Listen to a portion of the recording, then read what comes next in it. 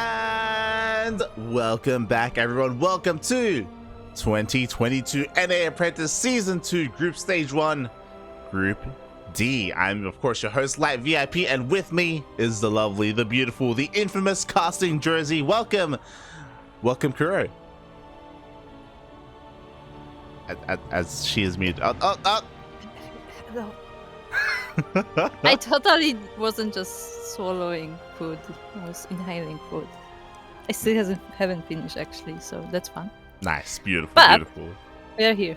Yes. As always, when it comes to North American tournaments, it's at a pretty awkward time for us. It's in the evening here for Kuro. It's in the morning for me. It's 7 a.m. here, 7 a.m. in the land of Australia.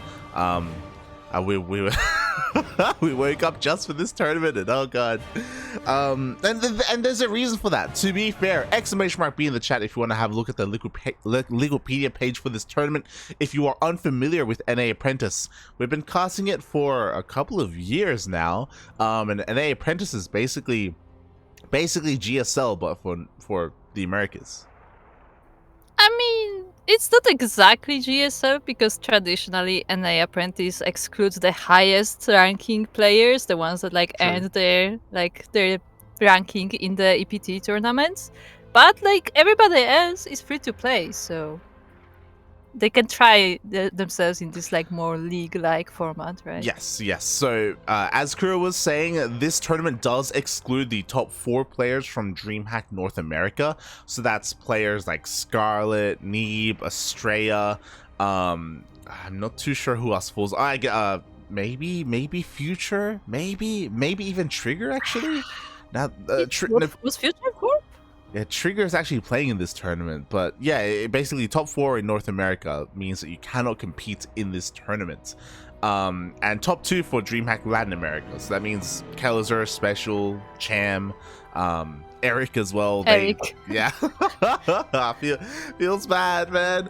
Eric won't be able to play in this either, so it does exclude the very top, but it gives an avenue for everyone else to compete and earn some money and get experience. Yeah, and as you mentioned, despite this being called the NA Apprentice, it since last year, I believe, it also allows the Latin American players. Yes, I believe for the last 3 seasons. So season 1 and season 2 for this year, and the very last season of last year, they did start including Latin American players. And that's very fitting for us because if we have a look at our matches for today, we are indeed casting not just some Latin Americans, but some CranKy Ducklings as well. That we are.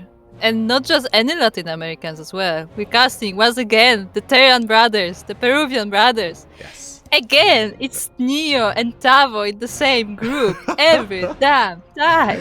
Every time. It happened the previous season as well that we casted the group stage. Tavo and Neo, they just can't avoid each other. Feels bad, man. For some history between these two players, they grew up in the StarCraft competitive scene together. They were on the same team for a long time. They practiced together. They're good friends. And now, once again, the stars align and the StarCraft gods are forcing them to fight each other. Yeah, the moment Sugar sent us the group, I was like, again?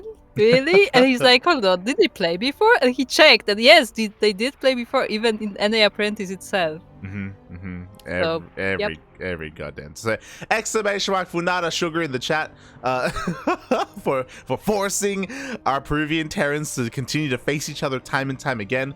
But even though we have a lot of focus on Tavo and Neo, we also have some American players in this tournament, or in our group as well.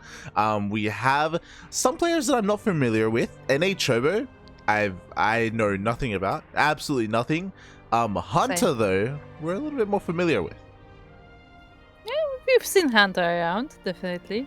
And Chobo, I think, is the complete newcomer to the tournament as well. I don't think people really knew much about them, even coming to this season of NA Apprentice. So I feel it's not just us that are in the dark. I feel he was a bit of a dark horse that just qualified for this season. Exactly. He was just kind of a random person who made it through, and it's like, oh my god, okay. Like, Yeah, what is there's a gonna new player. happen? Here you go. Exactly. So it's exciting to see what he has to offer to the scene. When it comes to Hunta specifically, if you're an old school fan of StarCraft, especially of the NA scene, you may recognize the name Farm Cakes. That's how I recognize him. Back in the day, I think he played in Breaking Out. I think he played in like the filthy NA Cups a lot of the time. Like he was a very active player back in like in Legacy of the Void, like 2016 onwards. So yeah, it's interesting that he did go through like a name change, but it's cool to see that he is still around.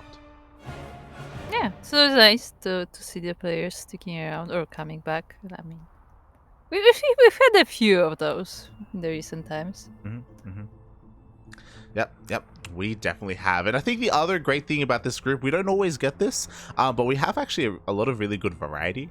We actually have like a very wonderful spread of races.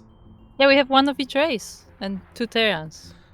Oh god, it's 2 Terrans. Yeah. As you can see, the map order is before you, so we're gonna end the night off with a TVT. But you know, it's a TVT between Neo and Tavo, so it's expected to be either very explosive or very long, because Neo does like mech. I mean, Tavo has played mech in his history too. Yeah, Tavo plays mech sometimes too, so that could be mech versus mech at the very bottom. That could be a 2-hour-long series waiting for us at the end of the night. Yeah, I left it at the end just so we can completely descend into madness. Yeah, no, I think it's fitting. I think it's very fitting. Oh god, but yeah, with that I guess we should just kick some things off. Before we do, !Matcherino in the chat if you want to have a look at the Matcherino page. This is one of the few tournaments that actually does have coupon codes. Indeed, so make sure to check out the NA Apprentice Matcherino and contribute to this tournament. So maybe some of these players will get some of that money. Hey. Yes, exactly. As you can see there on the Matcherino page, there are still 38 coupon codes remaining, so still plenty of coupon codes left. All you have to do is sign in and click that claim coupon button, and bam, you boost the prize pool by 25 cents. It's not a lot, but it does add up once all the coupon codes have been used. So yeah, it's just a great way to support the tournament. I can even see, wow, he's already ahead of us. I can even see Lord Loken boosted the prize pool by 25 USD. Of course. As always, thanks to Lord Loki. Lord Loki is pretty much the one, like, I think he's sponsoring the whole scene right now. He's like, see, this is the thing, like, you have, like, people who, like, you know, name, like, after themselves, like, an organization, tournament, something, and then you have people like Lord Loki, who are like, you know, they're just like, yeah, I'm just here, I'm just happy to be here, but, like, they are supporting every single tournament in the scene. Yeah, they're like actually the huge pillar of the scene. He's the unsung hero of online tournaments. Like, nothing to take away from like some drunk Canadian or some of these other guys, but Lord Loken is basically the equivalent. He just doesn't involve himself directly.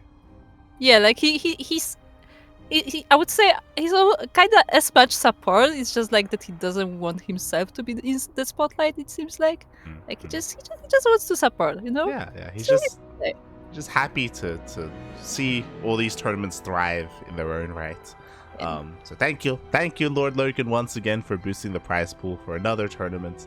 And speaking of, I think Kuro, I think it's time for us to get into our first series. Is it time to press the button? It's time to press the button.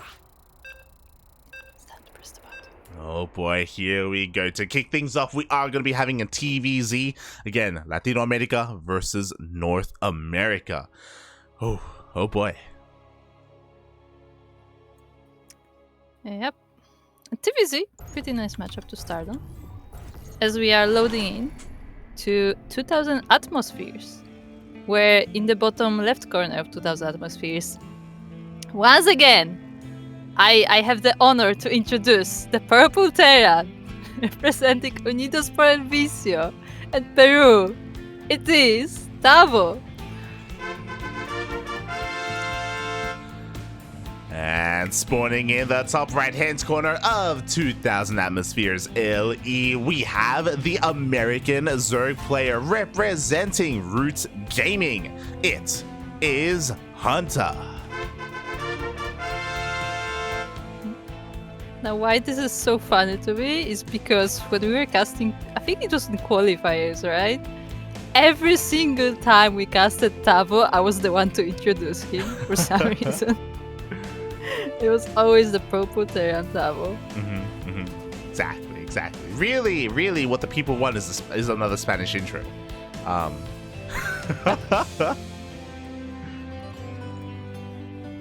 have not spoken Spanish in a while. No, it's a great time to start. Oh, no. Oh god. But yeah, I'm really excited for this series as well.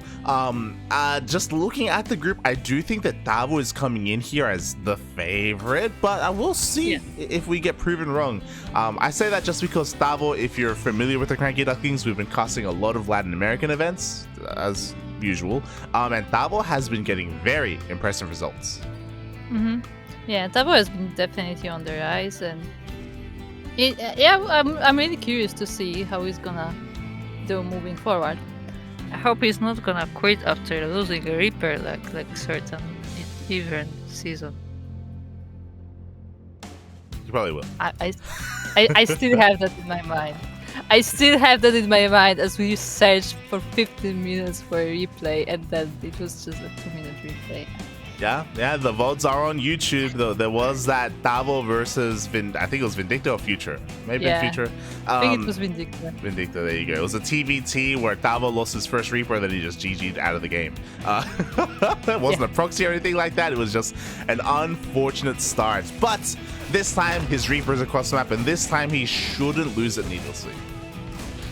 Yeah, looks like he's doing well so far. Getting some damage on the Zerglings. No Zerglings lost yet. Oh, yeah. So he's just gonna confirm the third and just gonna get a little bit of a scout on the Zerg. Yeah, Meanwhile, again. the Zerg, Just confirming the third, making sure there's no like 2-base shenanigans going on whatsoever. And as a response, Tavo is going for a very economic 3rd CC before Starport. Yeah, that he is.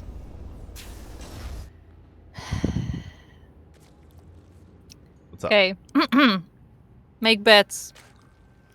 Is it Banshee or BC? Because if you remember, during the qualifiers, every time he went 3rd CC before Starport, he either went for Banshee or for BCs. Every time. Yeah, I think that's one of the great things about Tavo recently is that back in the day, when I say back in the day, I mean maybe 5 months ago, he was much more of a one-trick pony. Like he kind of had one build for each matchup, and that's kind of it. And to be fair, he was usually really good at that build because he would practice it constantly, but like that's all he kind of had. So it's really great to see him spread his wings a little bit more and diversify a little bit more, and yeah, he has more variety when it comes to openers. Yeah, and by the way, this is BC. Yes, it is, and this remains hidden. I don't know if you saw, but the Overlord was trying to sneak into the main base. The 2 Marines did stop it. The Overlord did see the tech lab on the starport, but he did not see the fusion core. Yeah, he did see the tech lab, so he knows something is coming. Like, I mean, it may be Banshees, maybe BCs. Like, either way, he should prepare for something. But yeah, no clear confirmation on what it is. And so far, Hunta is not really making much. Yeah, he knows that he has a little bit of time before he needs to throw down any spores. He's still pumping out plenty of queens, so he will have plenty of anti-air to defend. But of course, the other thing to take note of is that Tavo knows that he got scouted, so because of that, he should expect spores. So I imagine he's going to be a little bit more careful with his BC control. He knows that it's not going to be like a massive surprise. And we'll see if he decides to join up the BC with his Hellions and try to brute force his way through the queens, or if he tries to split up the attention instead. Yeah, the spores are only coming up now. I mean, the PCs are still a while to go. So for now, the Hellions are just gonna make sure to keep Hunta on his toes, as he has to move his queens constantly. And another Overlord is trying to get a scout. Yeah, the Overlord will not see the tech lab, so Hunta has no confirmation of whether it is a BC or a Banshee yet. Meanwhile, the Hellions, oh no, they actually try to dive into the natural base, but there is a wall of links to stop them. Yeah, they tried to catch the transferring drones, but they they moved just enough in time, and the queens stopped the rest of the attack. So I don't think too many were killed. Yeah, he wasn't able to get anywhere close to that mineral line. But again, you know, the majority of the Hellions have survived. 4 more Hellions do meet up and join the pack as well. So it's still going to be quite terrifying. And there we go. The BC finally does teleport into the main base. Yeah, the BC will also take a look at this Roach Warren that's already researching, and he'll see what he can do. As in at the same time, the Hellions are trying to attack the third base, but all the queens are right there. They go for the mineral line. Oh god, the drones are punching up. Split, Poppy, split, and the splits are okay. Exclamation mark put out of the players because we do not have WCS game heart, but a lot of drones have gone down. 13 over. Oh my god, no, they line up again. Yeah, they lined up right at that moment. All the Hellions are getting cleaned up though, and the BC is also stopped for now. It's stopped, but it's still alive. It's still dealing damage. The gas geyser could go down, and that was a lot of damage. An entire mineral line just went down. 16 drones, yeah. And you'll be like, yeah, but he lost all the Hellions. But I mean, that was the purpose of the Hellions.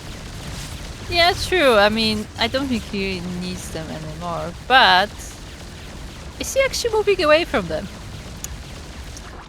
As we do see 2 armories thrown down, we have 3 factories. Like, this is going to be mech coming out from Tavo, and you were kind of alluding to it in the TVT, and it applies to this matchup as well. Tavo, that's what's great about him, or arguably great about him, is that he can switch up between bio and mech. Great. Turn mech, great. Look, disgusting. Two Zergs are sitting on the stream and you're telling me that mech is great. Yeah. Oh god, look, we're trying not to be too biased here, okay? Meanwhile, yeah, this BC is trying to get more damage on the third base, and he's gonna get a few drones, but there are all these queens here and Sporkless. He has to be careful not to lose it. Yeah, exactly. Teleport is not on cooldown. There we go. The BC is able to just barely escape and come back across the map. So far, Tavo has done a great job at keeping all these BCs alive, and that BC count is getting higher and higher. 3 BCs now coming out onto the field, and Hunta just has been a little bit stuck at home. Like, he's been stuck defending, and the problem is that he's been stuck at home defending, and he hasn't had the best, like, he hasn't done the best job at that. Like, he has been losing workers. Yeah, I feel like it's really hard for him to like split the forces between the bases, and like as you can tell, like you can see right now, that like his territory is getting more and more wide, and it's just harder for him to keep up. Considering that the Terran is usually attacking from 2 different directions. Yeah, exactly. Oh, the queens are walking as well. Oh, no. They are waddling. We do have a scan. The scan does confirm the natural, but it does miss the spire. What I will say is, honestly, I feel like the spire is late. Ideally, you get the spire as soon as the layer is done, especially when you're up against BCs, because you need corruptors. We see how difficult it's been for Hunter to try to chase them down with queens. Corruptors make that easier, but without the spire, that's why the BCs have kind of had free reign a little bit. Yeah, in the meantime, Tavo is getting more Hellions, so these run-bys are not gonna stop, and yeah, Hunta has all these queens here and Ravagers to defend, but I still think the Hellions can slip by. Yeah, there's definitely potential. At the moment, they're just, you know, on the edge of creep, clearing up as much of the creep as possible. At the same time, we have 3 BCs trying to sneak their way into the main base. The queens are in position at the 4th, but again, not in the main, and oh, we even have Yamato researched. Yeah, Yamato takes down a few of these queens, but there's still a lot of them. But the thing is, Battlecruisers can just, you know, go to the main base. They don't care. Yeah, we have 12 Corruptors on the way, but they literally just started. Oh my god, Overlord after Overlord are going down. There's a heavy supply block here for Hunta. Yeah, the units that are coming out now are gonna be all there is for a little bit. But the queens are catching up with the BCs, and now they have to hide a little bit behind the base. Yeah, the thing is that bearing in mind that these BCs did waddle across the map, so there we go, they can teleport all the way back home. At the same time, Blue Flame Hellions get into the fresh base of Hunter, and once again, looking at the units lost, every single drone went down. Like, oh my god. I have 35 drones down this game, compared to exactly 0 of the CVs of Tavo. Oh my god. T-Imba. Clearly. Clearly. I mean, again, the biggest problem is that, like, Hunter, I think this is the first time he's moving out halfway across the map. Like, the Ravagers are fine. Like, he's finally moving out, Problem is, by the time he does move out, we have tanks, we have cyclones. Like, these Raptors aren't going to find too much. At least they do cancel a base. Yeah, like Tavo has been doing all these run-bys with Helios, but and in the meantime, like in his base, he's been gathering these forces of like heavier mech, and they are waiting right there for the squishy Zerg army. Yeah, exactly. And Tavo is getting close to pushing out, which is a scary thing, right? The goal of the Terran player is to hunker down, defend until they're maxed out on 200 supply. BCs are moving out once again. It looks like they're going to get caught out by the Corruptors. One BC finally gets picked up. Oh, we should have a teleport, but no teleport in sight. You know why? Because Tavo is busy controlling his army to the top left. Yeah, the army is moving on to the fourth base. As the Queens and the Corruptors defended the BCs, he may lose this base in the west. Yeah, the base, it looks like it is going to fall. Ravagers are going to try and slow this down. But again, we have Battle Mech. We have a lot of Cyclones. Like, this is a pretty mobile army. And still plenty of tanks behind this. And Hunter, it looks like he just wants to avoid the army and go for a run-by. Oh, yeah, he's going for a run-by with the Zerglings. There are tanks here. Ooh, I don't know if siege tanks are the best against Zerglings. Yeah, this is a great pickup. The Lings, they pick up 4 tanks for free. They're going to get into the mineral line. Finally, Hunta is dealing some damage. But what about the main army? Yeah, they even go to the natural as well, so they're going to munch on a lot of SCVs. But yeah, Tavo's army is like coming closer and closer to Hunta's bases, and this small group of Ravagers can't really do much. Yeah, and the problem is that we have a lot of supply in these Corruptors, and there are no more BCs. Oh, there are 2 BCs on the map, I guess, but the Corruptors just aren't going to help against the tank Cyclone at all. Yeah, in the meantime, the Thors have been dealing with the Zerglings back at the base. Okay. Yeah, Thor is a great unit against Ling, Kappa. I mean, they do clean them up anyway, so I mean, what can we say? Yeah, it works. Hey. Exactly. Hunter is actually trying to buy some time. The Greater Spire just finished, and there we go. As soon as the Greater Spire finishes, 11 Broodlords are in production. Is it going to be enough, though? Tavo actually... I don't think Tavo actually saw the Greater Spire. He just left it there. Yeah. He's going back home instead. He just turns around. I don't blame him. Tavo lost a lot of SCVs. He lost 41. Hunter basically evened up the workers lost. Hunter now is actually well ahead in the workers. Like, that lane run by is keeping Hunter in this game. Yeah, a lot of the open wars did not work well for Tavo there. And now there are these Broodlords, which should be pretty good against Battle Mech. But... Yeah.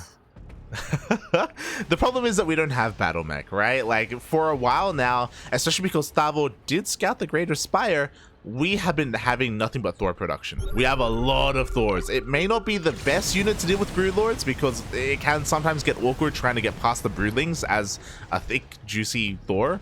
But I mean, their DPS is pretty good. Cyclones can also be pretty good against Broodlords because of their range. Yeah, it can be. Meanwhile, at the same time, BCs come across the map once again. And again, they shouldn't deal too much. There are Corruptors to deal with them, but the rest of the army isn't too far behind. And again, that's a lot of Thors. That is a lot of Thors. And there are some Hellbats there in the mix as well, so they should be able to deal with the drones that they're trying to escape. Yeah. Yeah, what can Hunta do here? Yeah, it looks like he's just biding his time. He's working on more Broodlords. Unfortunately, he doesn't have any spellcasters. Like, that'll really help round out this army if he did have investors with the Broodlords. Broodlord Investor, it's a great army. Oh god, but he's gonna lose a couple of Corruptors for free here. Yeah, and there are just more Thors rallying into this army. It's just mass Thor at this point. Mass Thor is pretty good. The Roach Ravager is going to try and engage here, and they do pick off one Thor, but there's still plenty more where that came from. Is it going to be enough? The Broodlords are trying to puncture their way through, but oh my god, Tavo, he is focus firing the Broodlords.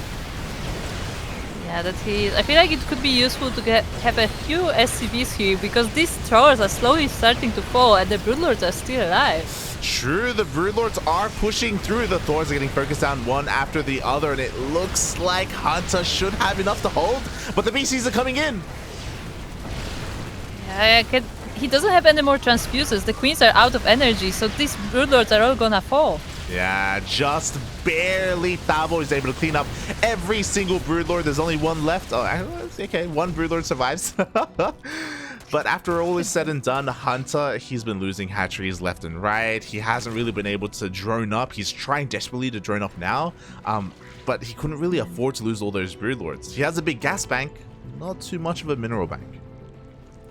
Yeah, and Tavo is already working on replacing this army with more Thors, more BCs, just a lot of heavy mech coming in, and I don't know how fast Hunta can remake this army. Yeah, like, I'm so surprised that after that fight, we already have 5, about to have 6 Thors. We have triple BC production coming out at once, which means there's going to be units in the sky, so Hunter has to try and balance his anti-air. He can't morph too many of his corruptors into broodlords, otherwise the BCs will just clean everything up. Also, I feel like it's important to keep in mind how fast Tavo is gonna make another attempt of an attack, because the queens are still collecting their energy. There is not a lot of transfuse available, and that's what was winning the fight for Hunta last time. So if he can transfuse his broodlords, this might be a bit harder. Yeah, we have a bit of a role reversal where after the fight, Tavo just immediately maxes out. He's already 200 supply. And Hunta, Really, they can't make anything. Yeah, and our Zerg player is the one who's struggling to remax. Again, it just goes to show how crippled his economy was after all those Hellion run-bys, after the BC run-bys, and now here we go. Tavo is going for the second wave, the second push. And almost every single corruptor was just morphed into broodlords. Yeah, the Broodlings are slowly chipping away at this army, but the Hellbats are protecting the Thors in the back, so...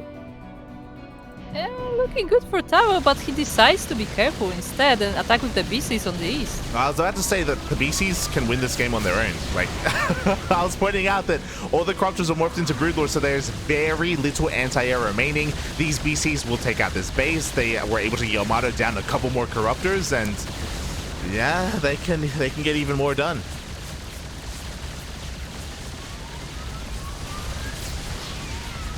Oh god, every single corruptor's being Yamato down. There's only one corruptor left. Ah, okay, they're trickling out. Oh god, and with that, it may be enough to force a couple of teleports here, but again, Hunta is really struggling to deal with all these BCs. In the end, though, he will deal with them, and he should force Tavo back, but oh god, he just keeps pushing out. Important note is that Hunta actually brought the whole army to fight the beasts, including the broodlords. So in the meantime, the main army of Tavo was able to take another base, and is threatening this one.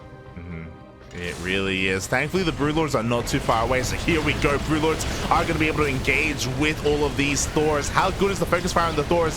How good are the transfuses going to be to keep these broodlords alive? Yeah, the queens are arriving now, so they should be able to transfuse quite a few of these broodlords.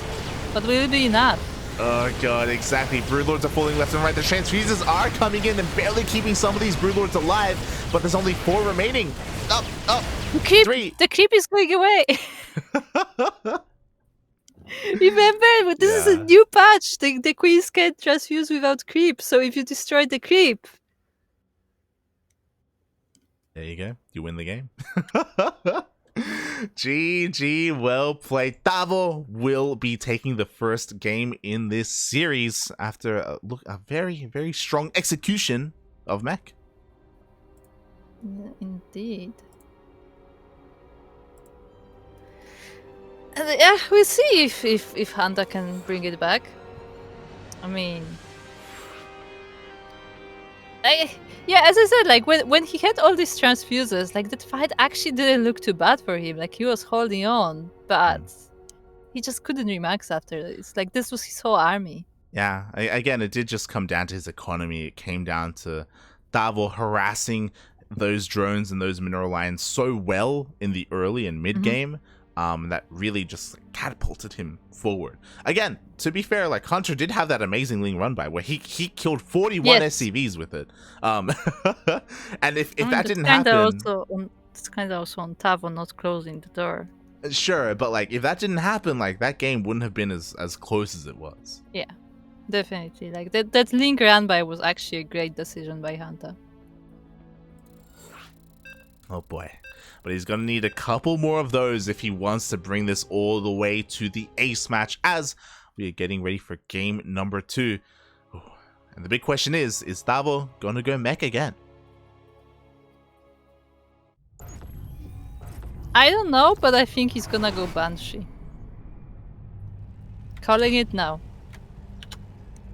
As we are here, on Curious Minds LE, looking at the base of the purple Terran player, representing Peru and Unidos por el Vicio.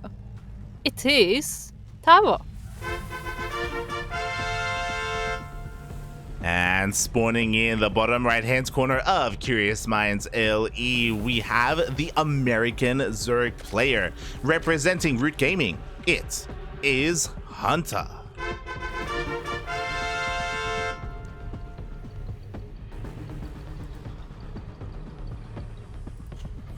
I always want to say Hunta, like the Pokemon. I don't know what Pokemon that is. God damn. Exclamation mark Funada Kuro. She never played Pokemon. She doesn't know. I've never played Pokemon, I confirm. SMH. I have watched a bit of the anime. I was collecting Tazos when that was a thing and I was 8 years old. But I have little idea about the games. SMH, man. I watched some people play the games, so I've seen the games. I didn't like follow them. Uh-huh. God damn it. Oh god. Rattata is lost on you. It's lost on you. No, I know what Rattata is, okay. Okay. Beautiful. Oh god. So there was another Pokemon. I saw some other Pokemon as well recently. Was it I can't Psyduck? remember. No. Somebody else was also using a Pokemon name, and I thought it was funny because of Rattata. Was it Snorlax? No, someone else, but I don't remember. Okay. Oh god. I mean, so far this game, everything's looking pretty standard. No proxies coming out from either player, no pull first either. Tavo just confirming this with a little bit of an SCV scout. Make sure that there is a hatchery across the map. I mean, this is Yeah, NA it doesn't StarCraft. stick around either. Going back to his base, I assume anyway. Yep, exactly. It turns around, it comes back home, and at the same time, the Reaper is now coming across the map. Again, just to confirm and make sure after this, there is going to be a third base. There's not going to be like a cheeky roach horn thrown down. Yeah, it doesn't block the third base either, so Hunta is free to take it, and the game will just go on. Meanwhile, will it be another third CC before Starport?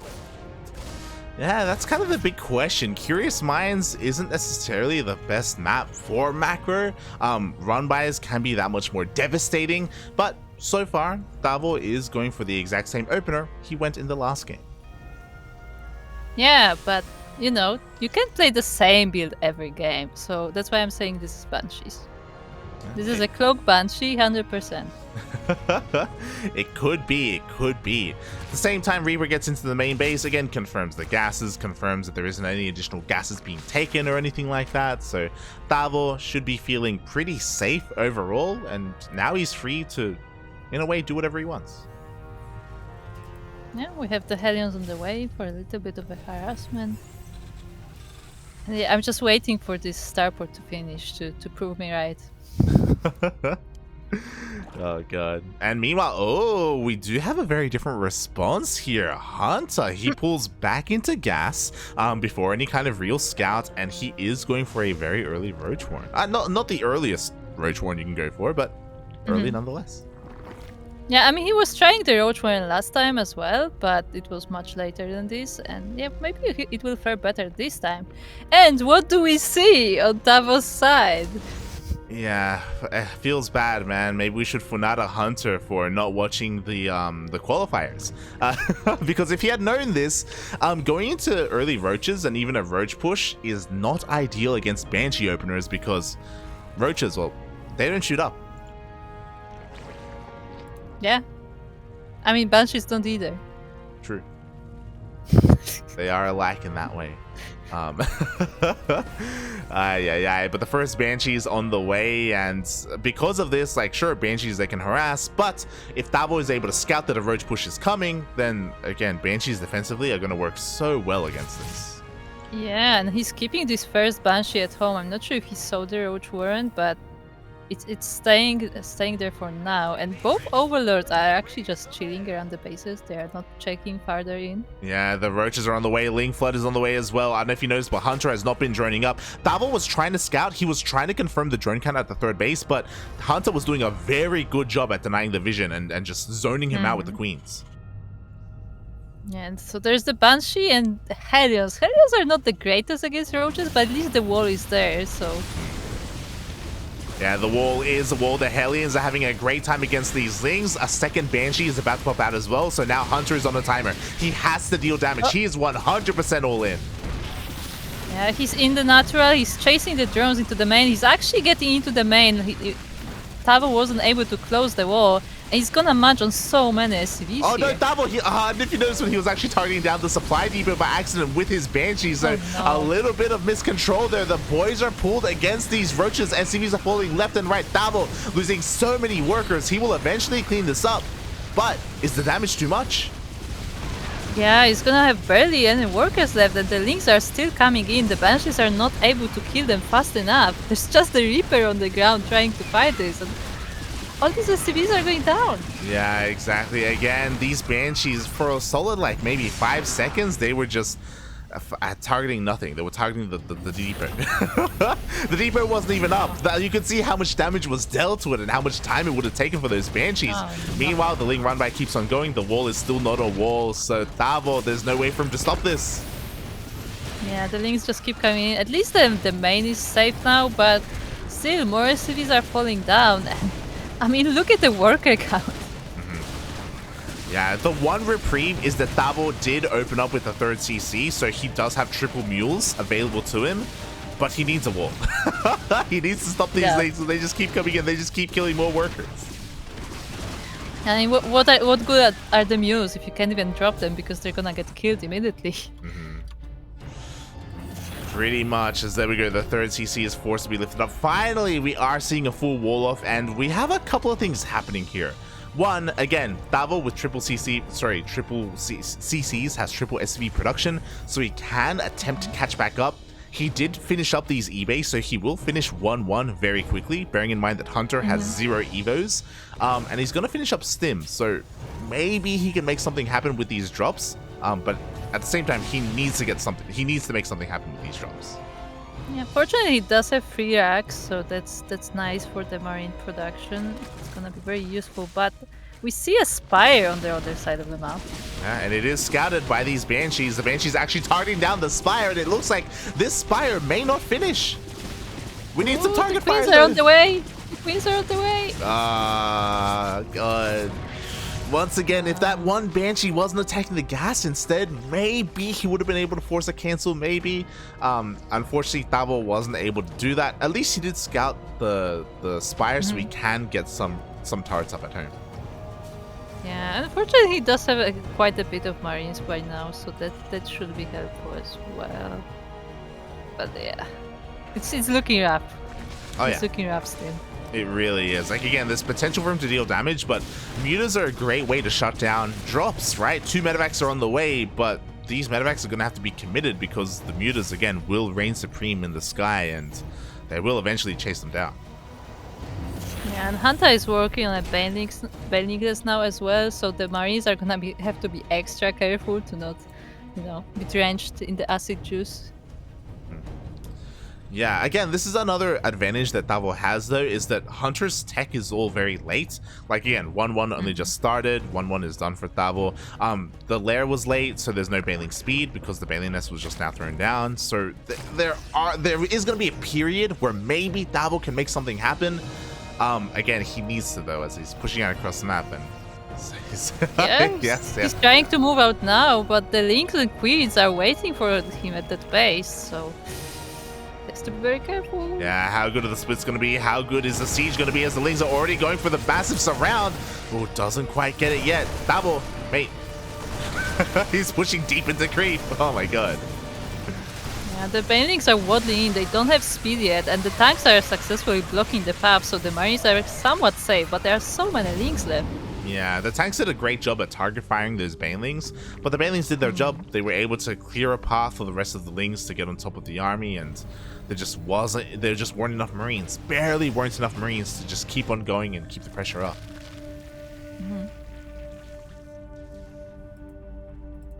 Yeah.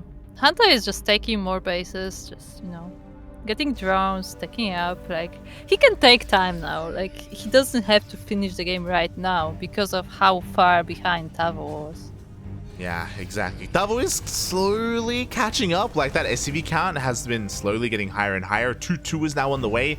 It's a little bit late. The armory was late for Tavo, unfortunately, so he couldn't start 2-2 as soon as 1-1 finished. So he won't have the biggest upgrade advantage anymore. But yeah, we'll see, because on top of all of this, Bailing Speed now finally did finish. Yeah, as well as mutas are now on the way, so it will be harder both for the tanks and the medivacs now. But we may catch some queens here. Oh god! Oh god! Oh no! He was able to barely pick them up in time. The queens were a little bit too far behind, so they couldn't target down those medivacs, but oh my god, they were so close. Yeah, those medivacs are so low, like a shot or two from the queens and they would be gone. As we see the hive coming up for Hunta now. Yeah, I wonder what he's going to go for. So far, it looks like he's poised to go into Ultras if he wanted to. He's not ready for Lurkers or anything like that. He just doesn't have the tech for it. So I'm feeling either Ultras or maybe he's just going to go for Vipers. Either way, though, like, he has been able to close that gap when it comes to the tech. Well, these Marines have to be careful. The Banelings are chasing them from the behind. Yeah, exactly. Everything's going to get cleaned up. This is the problem, because now that we have mutas, these medivacs are going to be hunted down as they try to juke and jive, but Hunted?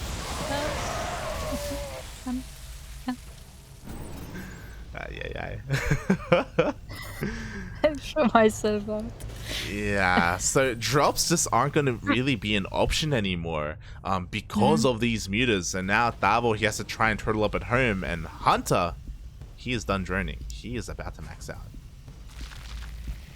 Yeah, and he's getting his Ultralis cover now. And Tavo is switching into Widow Mice probably to deal with the mutas and the Zerglings, but do Widow Mice do well against Ultras? Unfortunately, they don't. I don't think the Widow Mines are a bad choice just because of how many mutas there are. But we'll see if they can get their shots off. Meanwhile, no, go. The armory gets focused down. Oh, that's going to delay 3-3 even longer. But the mutas are still chilling there, though. Okay, never mind. Like there's a lot of Marines on Tavo's side, so these mutas can just like freely fly in. But that also means that Tavo has to keep his army at home and can actually attack. Yeah, Tavo's gonna have a hard time taking a fourth base. You can see that there's a Ling already to the south. The creep is about to encroach towards the north. Like, taking a fourth is gonna be he's gonna be so vulnerable whenever he does it. And I feel like that's gonna be like the signal for Hunta to really push in with his entire army.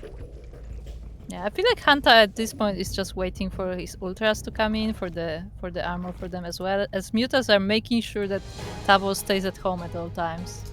Yeah, the sensor tower is good, but it's not that good, but it doesn't, because it doesn't cover the northern edge of the map. There we go, the mutas do dive into the main base. At the same time, Banelings are getting ready to roll in towards that third base. God. There's so many banes here. Oh boy. Yeah, I'm just looking at the base. Oh, are they coming? Oh, he's pulling the trigger. The Widowmine shot is going to go off on the Observer, on the Overseer of all things. The Baneling's going to roll into the mineral line on everything. The Marines, unfortunately, completely out of position. Yeah, the Marines were trying to deal with the mutas in the main, so they had to run all the way down here. They couldn't really go into the medivacs because they would get sniped, as these medivacs are now. But that means that this whole mineral line was cleaned up. Yeah, another 30 SCVs just went down. Oh, the Widowmine shots are going to go off on the mutas in the main base, and this is going to prompt Tavo to go all in. He's pushing out across the map. The problem is that Ultras are coming out, and Ultras are going to be ready to defend. Yeah, they should be able to deal with most of these Marines, but there's not a lot of them yet, so let's not count Tavo out too quickly. But yeah, with the mutas at his base, like this is it. This is his last chance. Yep, he is all in here. Tavo does have a big army, but 5 Ultras are about to come out. Kindness plating is done, +2 is done, so there's going to be a lot of armor on these Ultras. There are Banelings as well. Splitting can be good. Is it going to be that good though? Oh, decent Widowmine shot did go off on a lot of those Banes. We'll see, because everything is flashing red for Tavo. Yeah, it is. There's even a Ling run by in Tavo's base. So yeah, there's nothing to come back to, and this army is nice, but if it gets out of position with the ultras, there's not gonna be much left of it. Yeah, and I think Tavo knows that, so he does back off. He's gonna get the base towards the top right, but he's being cornered in right now. There's no way out. The ultras have just penned him in. Yeah, he's like watching a shark just going around his prey as the ultras are finally descending upon the Terran army, and everything is destroyed. Yeah, the Banelings crash on in. Ultras are not too far behind. And the mutas aren't here to pick off the medevacs, so Tavo is able to pick up. But oh god, the queens! Oh god! Yep. Oh! Yep. GG gets called, and Hunta will tie up the series 1-1. That he will. Oh my god. GG, well played. And it was off of the back of you know, a very aggressive opener, essentially an all-in with just roaches and lings, but he dealt enough damage where he was so far ahead, and Tavo really struggled to come back into that. Again, I mean, it was impressive that he was able to macro up to that point where he could push out across the map, but he didn't have an answer to the ultras. Yeah. Yeah, I mean, it was hard for Tavo to catch up in general. Like, he just couldn't get strong enough army to, you know, get on an even ground with the Zerg. But yeah, we've got some pretty interesting match so far. Like, pretty strong game 1 from Tavo, pretty strong game 2 from Hunta. So let's see how it goes in the ace match. Oh, we shall see as we are loading into game number 3. I see in the chat S again, real Tavo. I don't know what you mean by that. There is only one Tavo, so I assume this is real Tavo. Yeah. I don't know what other Tavo it could be, but yes, it is the Peruvian Terran player. He is, of course, signed up for Nation Wars, so you can vote for him to represent Peru if you so wish. Oh, look who showed up in chat. Oh god. It's the person we see in chat as well as on the stream. It's the purple Terran representing Unidos por el Vicio as well as Peru. It is Tavo.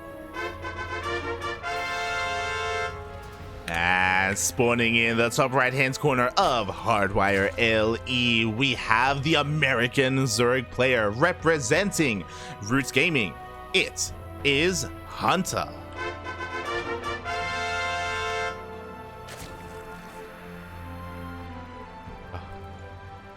I'll say hello, Tavo. I should say, Tavo, no spoilers in the chat, please. No spoilers. As of course, this is a replay cast. All the matches were played ahead of time. Yeah, the way NA Apprentice works is that you get the matchups those are round robin groups. So each player has 3 matches to play.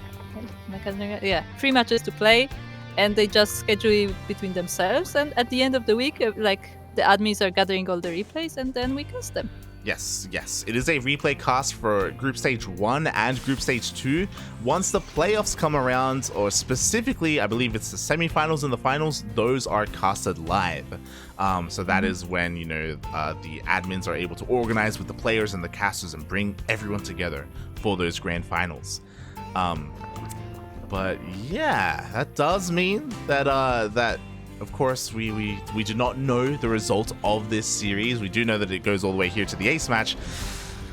And I don't know who's going to come out on top. I feel like we have to look at Hunter. I feel like a big portion of why he was able to come here to the ace match was because, you know, he was able to keep some tech hidden from Tavo. Yeah, and like definitely like that attack caught him off guard. And like that early damage was everything in that game.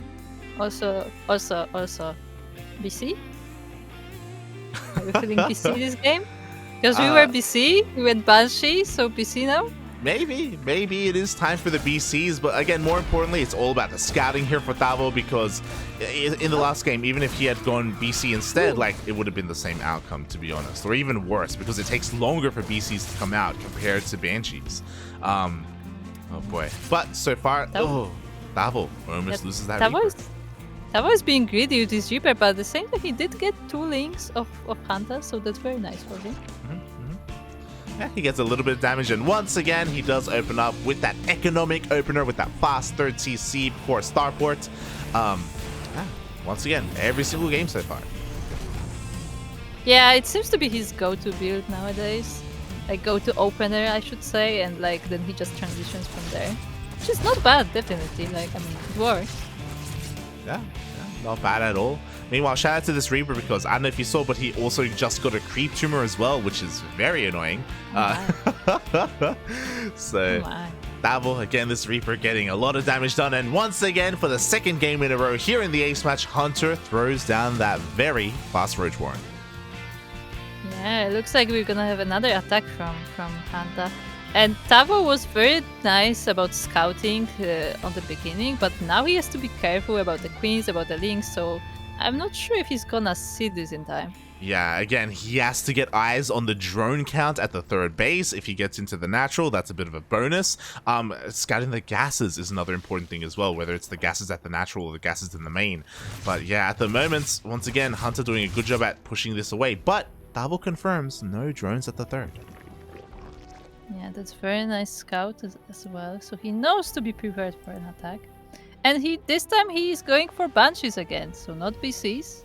I guess Tavo has to win with every strategy, you know. Like, he already won with BCs, time to win with Banshees. Yeah, exactly. We'll see if he can make it happen, as once again the Hellions are going to dip in towards that 3rd base, confirming the low drone count, which again is a little bit sus, but we'll see. Tavo is starting to work on that wall, but it's not completely yet. Yeah. And unfortunately, Tavo hasn't spotted the additional gases, and again, he hasn't gotten into the main base yet, so he still doesn't really know what's going on. Especially because Hunter is doing this very differently. This time he's going for a 1-1, or he's going for a 1-1, which means he's actually delaying his roaches. He is droning up, and instead of going for an early push, it's more as if he's working up towards a more later push in the mid game. Yeah, that's what it looks like. He finally is starting to drone up this 3rd base. Do you think he planned that from the beginning, or do you think like he saw that Tavo was scouting very diligently? He was like, you know what, I can wait. I think so. There was a period there where after he got scattered at the 3rd, he actually threw down double Evo chambers. So it's like, okay, so he's kind of recognized that the same push isn't going to work 2 games in a row. So why go for it, right? He still will incorporate roaches. Oh, never mind. I was going to say he's going to incorporate roaches in his army, but he actually canceled +1 range and he started +1 melee instead. He's transitioning out of roaches. Yeah, it looks like changing plans on side of Hunta, which is not bad, but you know, it gives Tavo time. Like, he doesn't have to worry about the attack yet, and the wall is complete as well, so hopefully the link ground buys won't, you know, do too much damage. Fingers crossed. I do really appreciate that Hunter basically completely switched gears after he got scouted, but it does put him behind now as a result.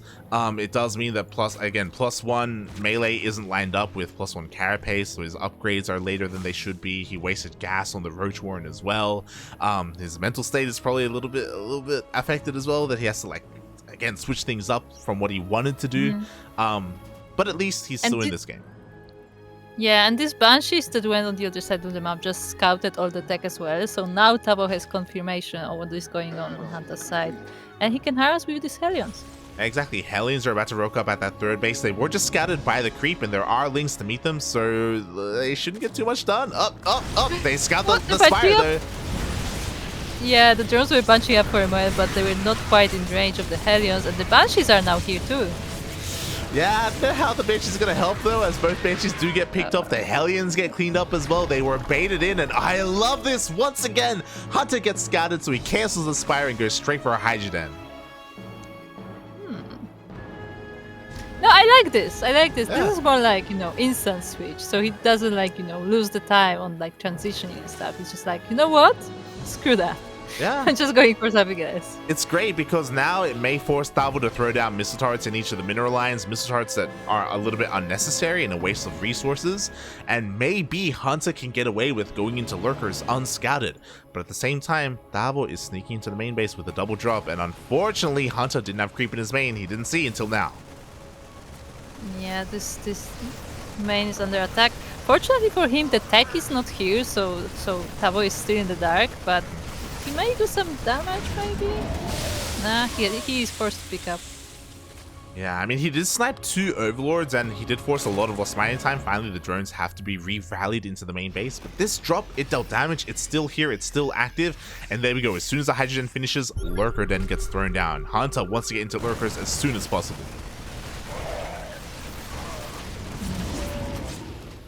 Yeah, the Zerglings are keeping the drop at bay. It's gonna be annoying here between these bases, but it's not doing too much damage as Hunta is busy transitioning to his lurker deck.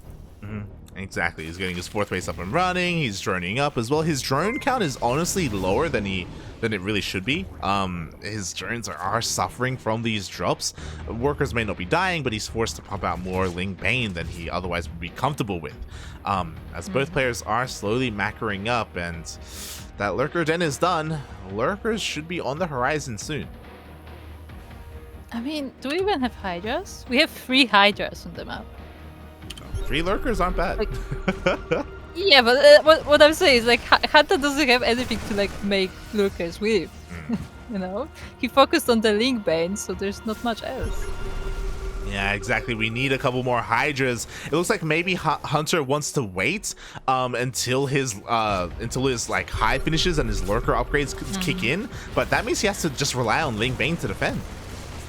I mean, to be fair, there's a lot of Marines here, so the Banes should be decent, but if they all get sniped, this may get very rough. Yeah, exactly. Meanwhile, there's a big Ling run by, unfortunately, for Hunter. Oh, the Widowmine shots go off. A lot of the Lings already get cleaned up, but no, he gets into the natural base. At the same time, Tavo is pushing in with his Marines. Oh, the Banelings are waiting. Oh god, no splits! No! Tavo! It was a beautiful Baneling ambush by Hunta, but there's still more than an army left here, so I don't think that was quite enough. There's not enough. There's not enough Marines. The Lings are gonna clean up every single tank. Tavo, ¿por qué? No! I see him in the chat, Dan. What a noob, Terran. I mean, obviously he was distracted. Obviously he was defending at home at the time, so it was unfortunate that lined up the way it did for Tavo, but it was very, very well done by Hunter to take advantage of that situation. And I was about to say that this is a really crucial point. Like, if Tavo had broken through, this tech is so vulnerable. He would have gotten on top of the lurker den. But now that Hunter defends, now he can get into lurkers.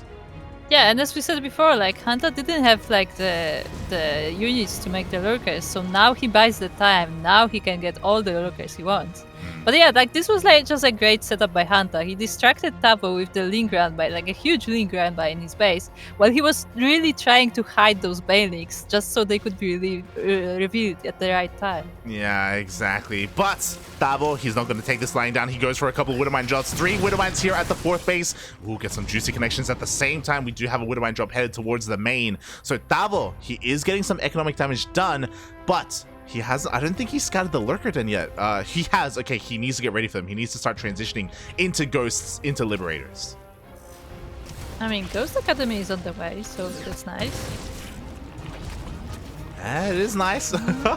Meanwhile, that's a lot of lurkers. Oh my god. Yeah, I just looked at that. It's like, well, I don't know if that's enough Ghost, though. Yeah, this Ghost Academy is a little bit late, not gonna lie. We also have 0 liberators, I believe, so Tavo needs time to get into a more ideal army against these lurkers. Tanks defensively are gonna be okay against them, but Hunter is pushing out. Yeah, I don't think Tavo has the time. The lurkers are already here. I mean, Hunta is taking a few Widowmine shots, which is not great for him, but yeah, the Zerg army is here. Yeah, it is here. The Bailey's going to be able to crash on in. It looks like they get their connections here at the 3rd base. The lurkers are going to go uncontested. There are just so many lurkers, and there just isn't anything to deal with them. No ghosts, no tanks, no liberators, just bio. Yeah, they can't even see them. Like Tavo has to scan to even see the lurkers, and his army is dying as they're trying to snipe them. Yeah, exactly. There are only 2 win mines left. GG gets called. Good luck. And Hunter takes the series 2-1. Ah. Wow. GG. GG. I mean, that was a very strong series from both players. Like, we've seen some great plays from both sides. Some very strong strategies. Yeah. Again, like game 1 was solid, game 2 as well, and here in game 3, I just love the way that Hunter was like switching his like tech up.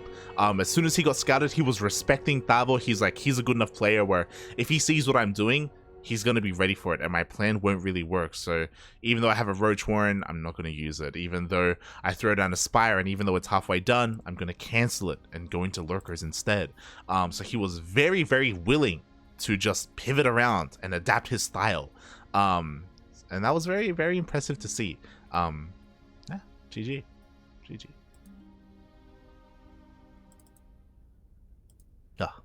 And with that, Hunter will take the first series here in this group, as Kuro is updating the score on the spreadsheet. Ooh, and that's honestly a pretty strong start, because we were talking about it. Looking at this group, we would have assumed that Tavo was the stronger player here, but it doesn't seem to be the case. Maybe, you know, Hunter taking him down, like that's impressive. Yeah, that's very nice for Hunta. Like, I mean, in our eyes, Tavo is the favorite of this group. So seeing Hunta actually, you know, take him down is very promising. Yeah, I would even say maybe an upset here. Like, oh my god. Maybe. So yeah, great start here to this group. Meanwhile, as we get another update, it looks like our second series will not be happening here, as it looks like there is a walkover. Yeah. So what happened is, because I am in the NA Apprentice Discord, so I actually heard about it, but I didn't have details. It looks like NA Chobo forfeited the rest of his matches. I don't know in which order they were played. I just know that at some point he just kind of stopped playing. Oh, did he forfeit every match, or did he play out any? I'm checking right now. Oh, okay. The thing is, because obviously we get the replay spoiler free, so I just, you know, opened the folder with the replays. I'm like, this is a walkover. So, you know, I just have to manually check them. Yeah, we were talking about how NA Chobo is the dark horse. No one knows anything about him. He just showed up for the qualifiers. He qualified for NA Apprentice. But again, a lot wasn't really known about him. And it looks like, unfortunately, we have confirmation he forfeited every single one of his matches. I've seen the chat for NA Chobo. We don't get Protoss today. We don't get Protoss. I guess he really is an NA Chobo. You had to do this. I was gonna say that, but I stopped myself. You just had to do it. Shaking my head, mate. Shaking my head. So suddenly, a bunch of our series have been cut out. NA Chobo, he is an amateur player, and maybe he just didn't know what he was signing up for. Maybe he just didn't have the time to play out his series. He's like, hey, look, there's this qualifier for something called NA Apprentice. I'll sign up for it. Suddenly he qualifies, and he's like, oh, I actually don't have enough time to play out any of my games. Yeah, I mean, it may be like you know, like when you have like friends that you play with, like, yeah, sign up, like, we're gonna play, like, we're gonna lose in the first round, but you're gonna play. And then he's like, oh, they actually didn't lose. Yeah. It happens. It happened to Smile earlier this week. You know, it happens, where, you know, you're thrust into the finals of a tournament that you had no idea that you were going to get to, and it ruins his sleep schedule because he has to stay up for 6 hours. Feels bad, man. True. Exclamation mark, Funada Smile. It's okay, he went to bed with his waifu pillow. Anyway. Okay. Oh god! If you didn't tune into the broadcast, the entire time Smile was talking about VTubers and how he was going to buy a body pillow Oh of his my waifu, God. and he was actually arguing with Vortex in the chat because they were both Of course, Vortex would be there for that conversation. they were both of all the arguing. people. They were arguing about which VTuber was the best VTuber, and things were said. How- Smile was talking about yeah. How is it possible that they didn't somehow summon Daunted into the mix? I know I'm Daunted confused. was probably there in spirit. He probably had a dream about some kind of conversation about VTubers. Shaking my Yeah, head. he probably like woke up in the middle of the night. It's like, VTubers. Shaking my head. Oh, It's like, I need a pillow. But just like that, I guess, so we have confirmation that NA Chobo will, of course, not make it out of the group. He'll be at the bottom. Hunter has a nice lead, but again, only a nice lead for the time being. We'll see if he's going to be able to get to the top of his group because he has another ZVT ahead of him. Yes, he does. He's facing another of the Peruvian Terran brothers in Neo. Also, as a side note, Tavo was saying that match versus Hunta was his first match of the day, and he wasn't really warmed up, so it was hard for him. shaking my head as I accidentally did switch to the wrong scene there for a moment, but it's okay. So yeah, for Nara Tavo, of course, make sure you warm up before an important match, before an NA Apprentice match. Shaking my head. Yes. When you're playing a match, remember, you need to get some water, you need to stretch, you need to, get yourself in the zone. Yeah, go to the bathroom, get some food. Yes. Don't pause the game mid-series so you can get your oatmeal out of the microwave. Yes, don't do that one. But yeah, the food is like, food depends on the player. It's good to, like, maybe something like a light snack, Because if you eat too much, you're gonna fall asleep. So that's also not good. True. Like, you need to balance it out. You want to avoid the food coma. But Yes. also eat enough where you actually can sustain yourself. Yeah, like you want to be able to focus, but not fall asleep. Exactly. So you need to find something in between. The fine balance to be had there. But speaking of balance, Hunter had a good time against one of the Peruvian Terrans. Now we have another. This time, a CranKy Duckling, as Neo is going to be coming out swinging here. He's going to be looking to avenge his fallen brother. You take out Tavo. Now you're up against me. Can Neo do it? Can Neo do it for Peru? Can Neo's PC do it? That's a better question. As you can hear the countdown, here we go. We are diving into our second series of the night. And I guess because we only have 3 best of 3s, we shouldn't go for a break, I guess. Yeah, I guess it's fine if this food that I have here just gets cold because I don't do it. Yeah. Awful. But it doesn't matter. I had enough food to introduce this red Terran player representing the best team out there, the CranKy Ducklings. And Peru, it is Neo. And spawning in the top left-hand corner of Pride of Altares LE, we have the Tavo Slayer himself representing Root Gaming. It's the American Zerg. It is Hunta.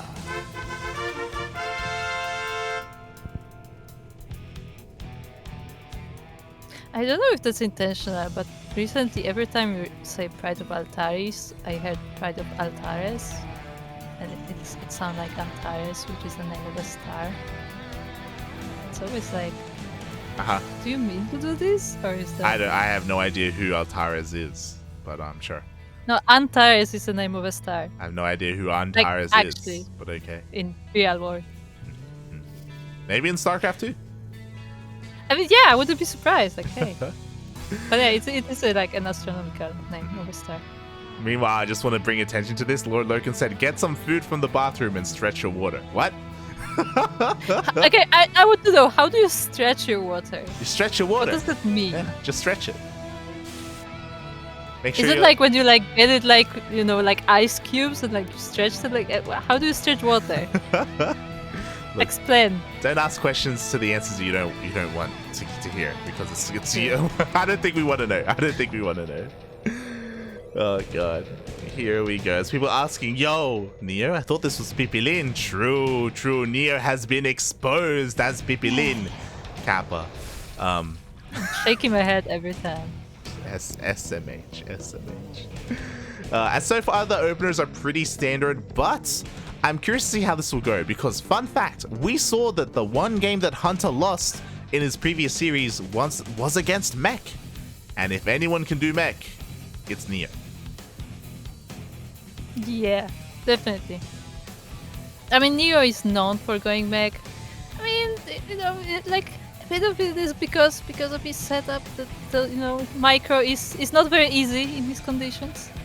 But mech is definitely his strong side, and if Hunta is not prepared for it, like Neo can definitely take him out. Yeah, exactly. But to be fair, Neo has a very special kind of mech. As we saw, it did seem like Tavo was a little bit more active. He did go for a more mass Hellion BC style into Cyclones, into tanks, whereas Neo, he's a little bit slower, he's a little bit more methodical, he has to, everyone has to just calm down and slow things down as he just gets a wall of tanks. Oh, so I can eat. Okay, so... Oh, okay, that's good. Yeah, we have time. Maybe I can get a nap in as well. It's all good. As so far, Neo is doing his best Tavo impression as he does open up with that third CC before Starport. Yeah, and Hunta is actually trying to scout this. I mean, he will see the command center, so that's probably telling of what's going on. But it doesn't go any more farther. Exactly. He just dips in, he confirms the CC, so he knows what the opener is exactly. And I do also wonder, Tavo doesn't have to answer this, but I was curious whether this series was played after Tavo versus Hunter, because if that is the case, it's very possible that Hunter actually gave Neo some advice beforehand. It's like, hey, yo, this guy plays this way, the way that he was able to take me out was with roach pushes. Now, I want to know if this was before or after. But that's it. Just to know if this was before or after. I'm curious. Yeah. Let us know. I was curious because that is something we don't get to know, like what order the series were played in, because admins just get a list of replays and they just go through the matches, but they don't necessarily have the info of when exactly they were played. Yeah. So you can maybe give us some insight on that, Tavito. As, of course, the openers are going underway. There was a fast roach runway, that's why I was bringing it up. But Hunter is droning up more than he did when he did go for that all-in against Tavo. Meanwhile, Neo is opening up with Le BC. Tavo is saying that he thinks this was after their series. The fact that he said he thinks tells me that Tavo probably didn't talk with Neo. God damn it, Tavo. Shaking my head. I mean, Neo has also been very busy. That's true. Neo did, travel across the continent and go to Peru for a while and then come back and meet up with Crown and everyone. He's been playing football. I was gonna say that he's studying all week and because I know that he plays only on weekends because of that, but sure, we can go with the travel part. Yeah. He was traversing the mountains of the Inca Cola, he was out there in Machu Picchu. The mountains of Inca Cola. Yes, clip that. He had places to be. Tavo, how is it to live in the mountains of Inca Cola? It's the life of Pipilin, mate. That's how he does. As the Hellions did not find a way in towards that third base, he was trying to go for a bit of a run by, but he is thwarted, forced back. Meanwhile, quickly checking the vision of Hunter, I wasn't able to confirm he has not seen the fusion core, so he is unaware that a BC is coming out. Yeah, that's case. He's making his roaches, but they may not be that useful against the BC. And let me see. I mean, Neo does have a wall, sort of. So that's nice, but does he have anything to fight against the roaches other than the BC? Well, what's important is that Hunter isn't amassing roaches. He has enough roaches to defend against these run-bys, and he's transitioning straight into Hydras. Interesting. At the same time, BC does teleport into the main base of Hunter. A couple of drones already getting picked up, and a massive shout-out to Neo because we do have WCS Game Heart. Ooh. Look at that. That's nice indeed. but Rikusa has to be careful because all the queens are now here.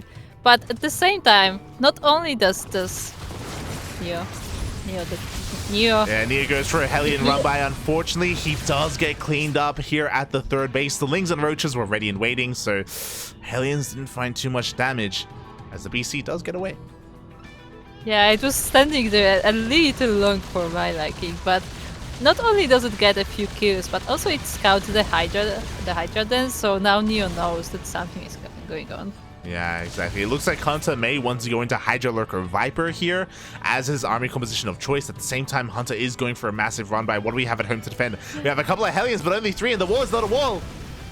Yeah, there is no wall, and the third is wide open, so the Lynx can munch on whatever they like, but they focus on this command center instead, so that buys some time for Neo, actually. Ooh, and that was a kill, not a cancel. 400 minerals down the drain. Nice pick up there by Hunter. Sure, he doesn't get a lot of workers, but oh my god, he even gets a tank.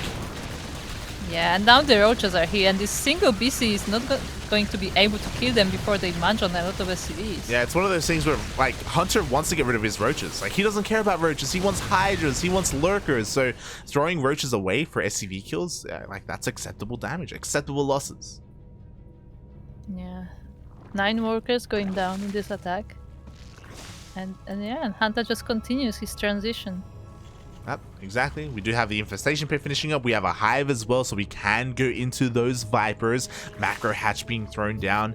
Hydras aren't the best unit against BCs. They're nowhere near as mobile as Corruptors, so they may have a bit of a hard time keeping up, but it may not matter because we still only have 2 BCs. We don't even have a third on the way. I just clicked on Neo Space and there was a tank that was Yaku Curse. Oh. I thought that was important. It's out. Okay, it's out. At the same time, BC goes across. Oh, the BC was rallied past the army. It gets focused down. Despite having that teleport available, and that means this Yamato that's about to finish up, it's not really going to impact the game too much because now there is literally only 1 BC. Yeah, there's 1 BC and it's watching over this third base as Neo is trying to take the 4th, but Hunta's army is getting very scary and the Lurkers are gonna be here soon, I assume. Yeah, I think an interesting thing is that Hunta actually didn't go for a Lurker Den. He just stuck with pure Hydra Viper, which can work, to be fair. Vipers do have a lot of DPS, but they are also, this is also a very squishy army, so we'll see how it goes. With the number of tanks that Neo is going for, I'm a little bit scared for this strategy from Hunta. Yeah, to be fair, not all the tanks are sieged up. There's only a couple here in the main base. We do have a scan into the main, and finally, Neo does confirm all the tech in said main base. He even scans the army. What a beautiful scan, to be honest. So now he's well aware of what he's up against, as, again, there are no Lurkers, but a massive amount of Hydras. That said, right after that scan in the main base, right as it went off, Hunta went for a Spire. Interesting. I'm curious as to what that's going to be. Maybe, especially because he has a Hive, he plans to transition into Corruptors and Broodlords. Like, that is a great composition to use against mech. We saw him almost beat Tavo with those Broodlords. So maybe that's kind of his end goal, but for the time being, he is maxed out on these Hydras, Lings, and Vipers. And this base is open, but the army is right there, and we see how it fares against all these Hydras and Lynx, and the tanks are right there to defend it. That's a lot of tanks. But to be fair, that is a lot of tank. If Neo doesn't split properly, mate, like Blinding Cloud, it's going to be insane. Oh, he goes for the yoinks! Ooh. Yeah, the yoinks pulled a few of the tanks, but there are so many still as the backup. And for the good measure, a few Hellbats as well on the front, so the Lynx have a harder time as well. Yeah, a little bit of an oversight, but exclamation mark for Nada Neo because he did not get Blue Flame. So these are vanilla Hellbats. Oh my god, here we go. We have a couple of yoinks. Another tank is going to go down, but there are plenty more where that came from. Hunta will not find a way in. Yeah, that said, he is slowly but surely making this tank count smaller and smaller, but fortunately there is more rallying in, so it's not gonna be over yet. Yeah, like Neo, he is still pretty maxed out. Like, he still has an insane army. He's actually making 5 Thors at a time. So Thors are going to help not just against the Vipers, which are coming out, but also against the Greater Spire, against those Broodlords. Yeah, Neo is actually feeling like pushing in front of his base and clearing some of this creep in the process as well. Oh god, no, the tanks! But tanks! Oh no, the siege! 3 tanks get picked off just like that. A very nice pick off there by Hunter. But as you were saying, Neo, he needs another base. He needs a 5th, and it looks like that will be the gold. And this is going to be a pretty difficult position to hold, as there's creep almost surrounding the entirety of this base. Yeah, the Zerg is right there. Yeah. We'll see if he can hold on to it, as there we go. It is being targeted down, and this CC goes down immediately. Yeah, that was a bit unfortunate for Neo. His army was not there in time, and Hunta actually had to split his to snipe this CC, but he manages to escape from the Tyrannic. Yeah, exactly. It looks like Neo's gonna have to try and take another base again. There we go, CC's on the way. Only one. He may try to double expand, but I'm a little bit worried because this army is very slow. Neo is pushing out, and oh god, Hunter, he's sneaking in from behind and picking up a couple more units for free. Yeah, picking up the Taurs, picking out more tanks. The beasts are now here, but there are still so many Hydras left. And where's the mech army? Yeah, where are the tanks? Every single tank got picked off. We only have Thors remaining, and Thors are not really what you want against this kind of army. It looks like the Hydras are getting cleaned up, but Hunter has a massive bank behind this. Yeah. And there's more Hydras on the way, while Neo has to rebuild all of this mech army, which is, you know, not the fastest one. Yeah, and I kind of like this. Like, even though we have a greater spire, even though we have double spires out here for Hunter, he isn't making corruptors. He knows that, hey, you're making a lot of Thors right now. Corruptors and Broodlords probably isn't the best choice at the moment. So let me just remax again with Hydras, and let me just keep doing what I'm doing, because it's working. Yeah, I mean, he's still working on the upgrades for the air army, so he's gonna transition into that eventually, just, you know, not yet. Yep, just for the time being, just pure Hydra Viper. There are only 2 Vipers remaining, by the way. Sorry, 5 Vipers now. 3 more were just produced, so they need a little bit of time to gather that energy, as they are here at the triangular third. Once they do gather that energy, though, like, they're gonna have a pretty fun time against this mech. Like, Nier really needs an answer against those Vipers. Oh. As the Hydras are once again trying to walk up this ramp, and yeah, the mech army is a bit stuck on the ramp, so a lot of it actually goes down, but there's still enough left. Yeah, like, pushing up the ramp is never a good thing. Like, finally we do have tanks. I don't know if you noticed, but 2 Vipers were sniped in the process of this fight. So Hunter taking a pretty big loss here. Oh my god. Yeah, he had a nice CranKy, but Hydras are very squishy units, so this mech army was able to deal with them. Yeah, and now Neo can keep on going. He's ahead in supply, and now is not the time for Corruptors. 14 Corruptors are on the way, and the Corruptors, once they pop out, they need to be morphed into Broodlords, so it's going to take a long time before they become useful. Yeah, I mean, that said, like, this army of Neo could be very easily ambushed by Lynx, and there are 56 Lynx on the way. Jesus. So, yeah, the Brothers may not be necessary for this army. You're not wrong. We do see a scan ahead of time. The Vipers and the Lynx have been scouted. They're going to try and go for a bit of a surround. Neo does have a pretty nice tank spread, so it's still going to be difficult to engage, but Hunter may have enough. He's going for it. Yeah, he's going from 2 sides, trying to sandwich this army, and he's slowly getting the tanks in the back, and the blinding clouds are helping in the front, but I'm not sure he has enough to clean the whole army. We'll see. The Lynx do get on top of the last tanks. There's only a Thor and a tank remaining, and it is going to be enough. Hunter cleans everything up, only losing Lynx and a handful of Hydras. Meanwhile, There's a queen. there is a queen. Neo does land the planetary, but does he have enough to hold the counterattack? Oh boy. And the Zerg is here. There are a few Thors. There are some Hellbats. But that's basically the army. Yeah. Yeah, there are 3 tanks now. Yeah, the 3 tanks are on the way. 3 more in production, so 6 in total. Hunter is remaxing, and here we go. Finally, the Broodlords are on the way. A lot of Broodlords. That's 7 Broodlords. Jesus Christ. Hunter, the transition is finally here, and I don't know if Neo really has the best army to contend with it. He does have a couple of Thors, don't get me wrong, but they have to get close to the Broodlords first. He's actually going for Liberator range. I'm not sure about that against Broodlords. I mean, that's great against Hydras.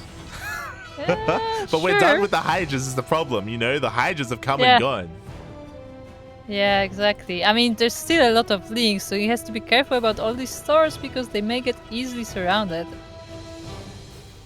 Yeah, we do have to be careful as the army is pushing out once again here for Neo. At the same time, Lings go for a massive run by the Planetary. Is it going to go down? We do have a couple of tank reinforcements, but no, the tanks are getting surrounded. Yeah, the reinforcement tanks are getting damaged, but actually all of them survive because the Zerg focuses on the Planetary instead. And the Planetary just barely gets focused down. The repair was not good enough. And on top of that, there is creep here as well, so it's going to be difficult to throw down another CC. There we go. Forces a scan, and now Neo is forced into another big push. And Hunta, he's been waiting for this, because now we have Broodlords. 13 of them. Oh yeah. He's gonna use this creep as well, so it's harder for the ground army to get to the Broodlords. Yeah, exactly. We'll see if maybe Neo can get this done. Maybe the target fire is going to be good enough. Both Vipers immediately go down, but now the Broodlords have been revealed. Yeah, the Thors are here and the Hellbats are protecting them from the Broodlings, but is it enough damage? I think he's able to fight his army. Yeah, the Hellbats are doing a great job at cleaning up all these Broodlings. We need Lings to help buffer and keep the Broodlings alive, and the target fire is insane. The Thors are taking out every single Broodlord. Oh my god. Yeah, the Lings are actually waiting in the back, but it's enough for Neo to take this game. Wow, GG, well played. The target fire was crazy. I did not believe in those Thors, but also a lot of it was the fact that the two Vipers, they went ahead of the army and they got sniped immediately. There was no blinding cloud, there were no abducts, there was nothing to support the Broodlords. They were just naked Broodlords, nothing else on the ground. And 2 games now. The 2 games that we've seen Hunta lose are against Mech. Yeah, they are. They are. Oh my god. And yes, my favorite part of this game was this one queen that made creep all the ways to Neo's gold base and was attacking the CC at the gold base. So silly. I mean, it was great. Like, his creep was honestly pretty, Yeah. it was, like, pretty oppressive. Like, it was all over the place.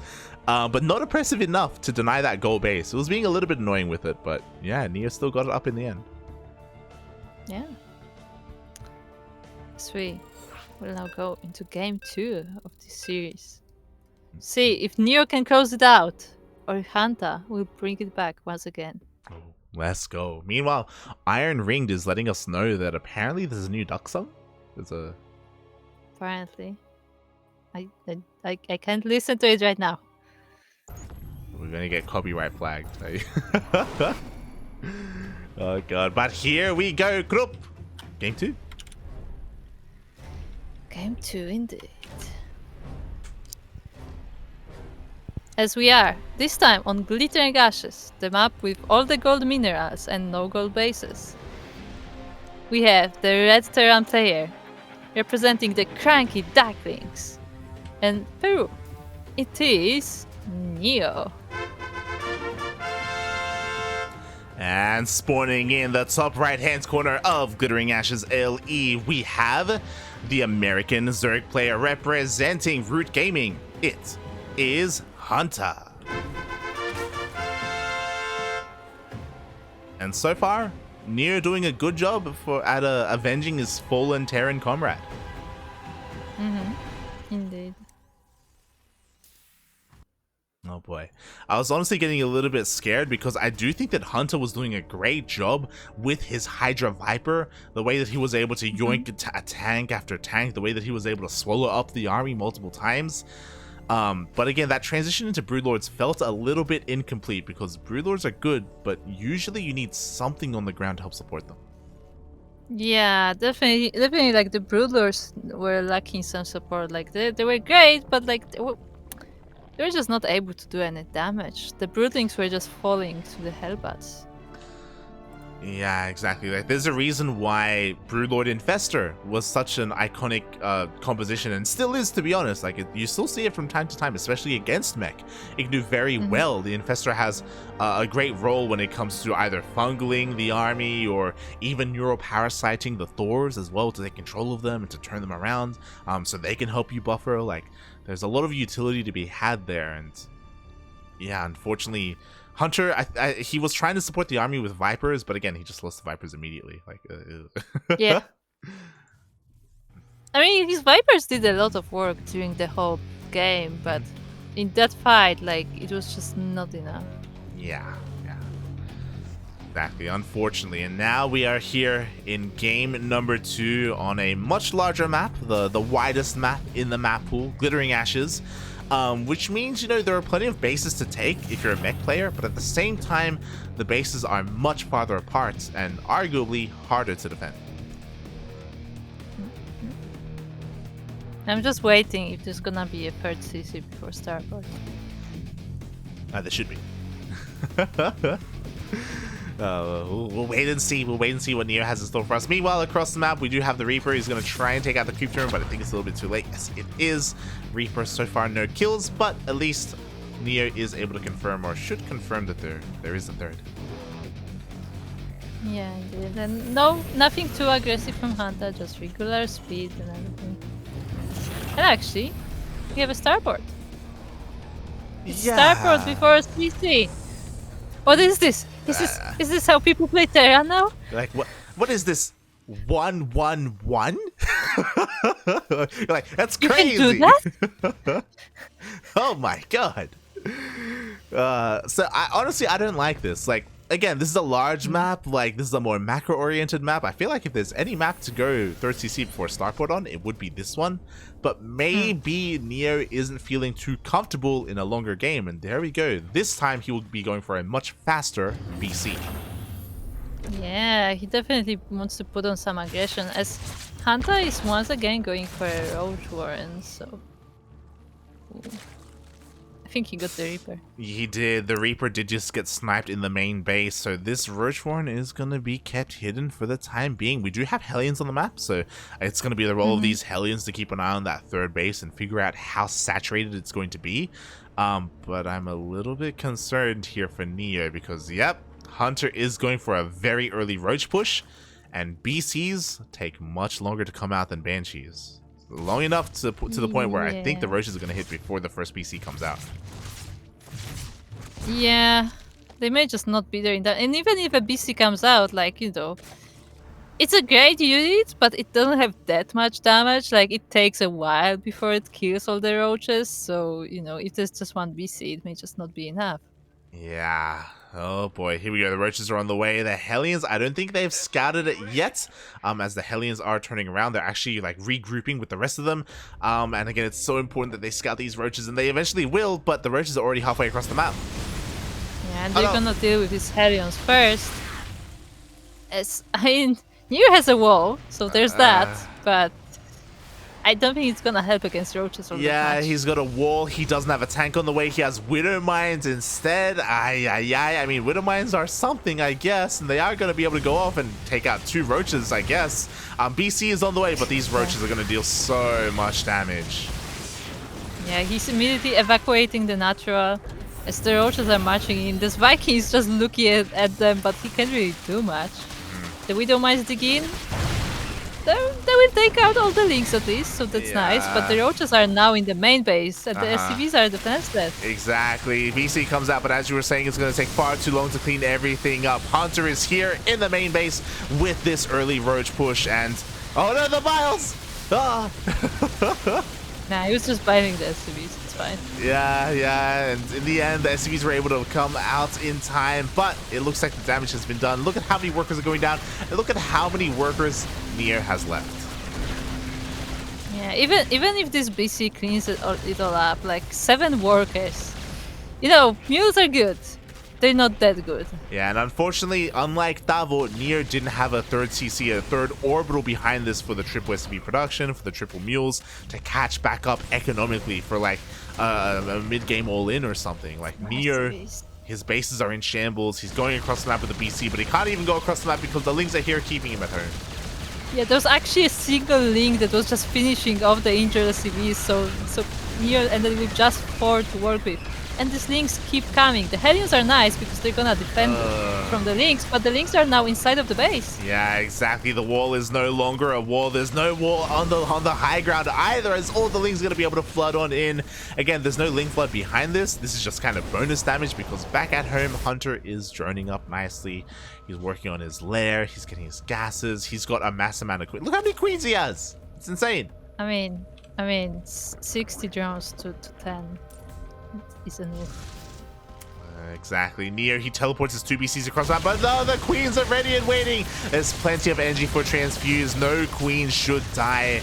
And these BCs, they're not going to get anything done. There's no way. They got 3 drones. Hi.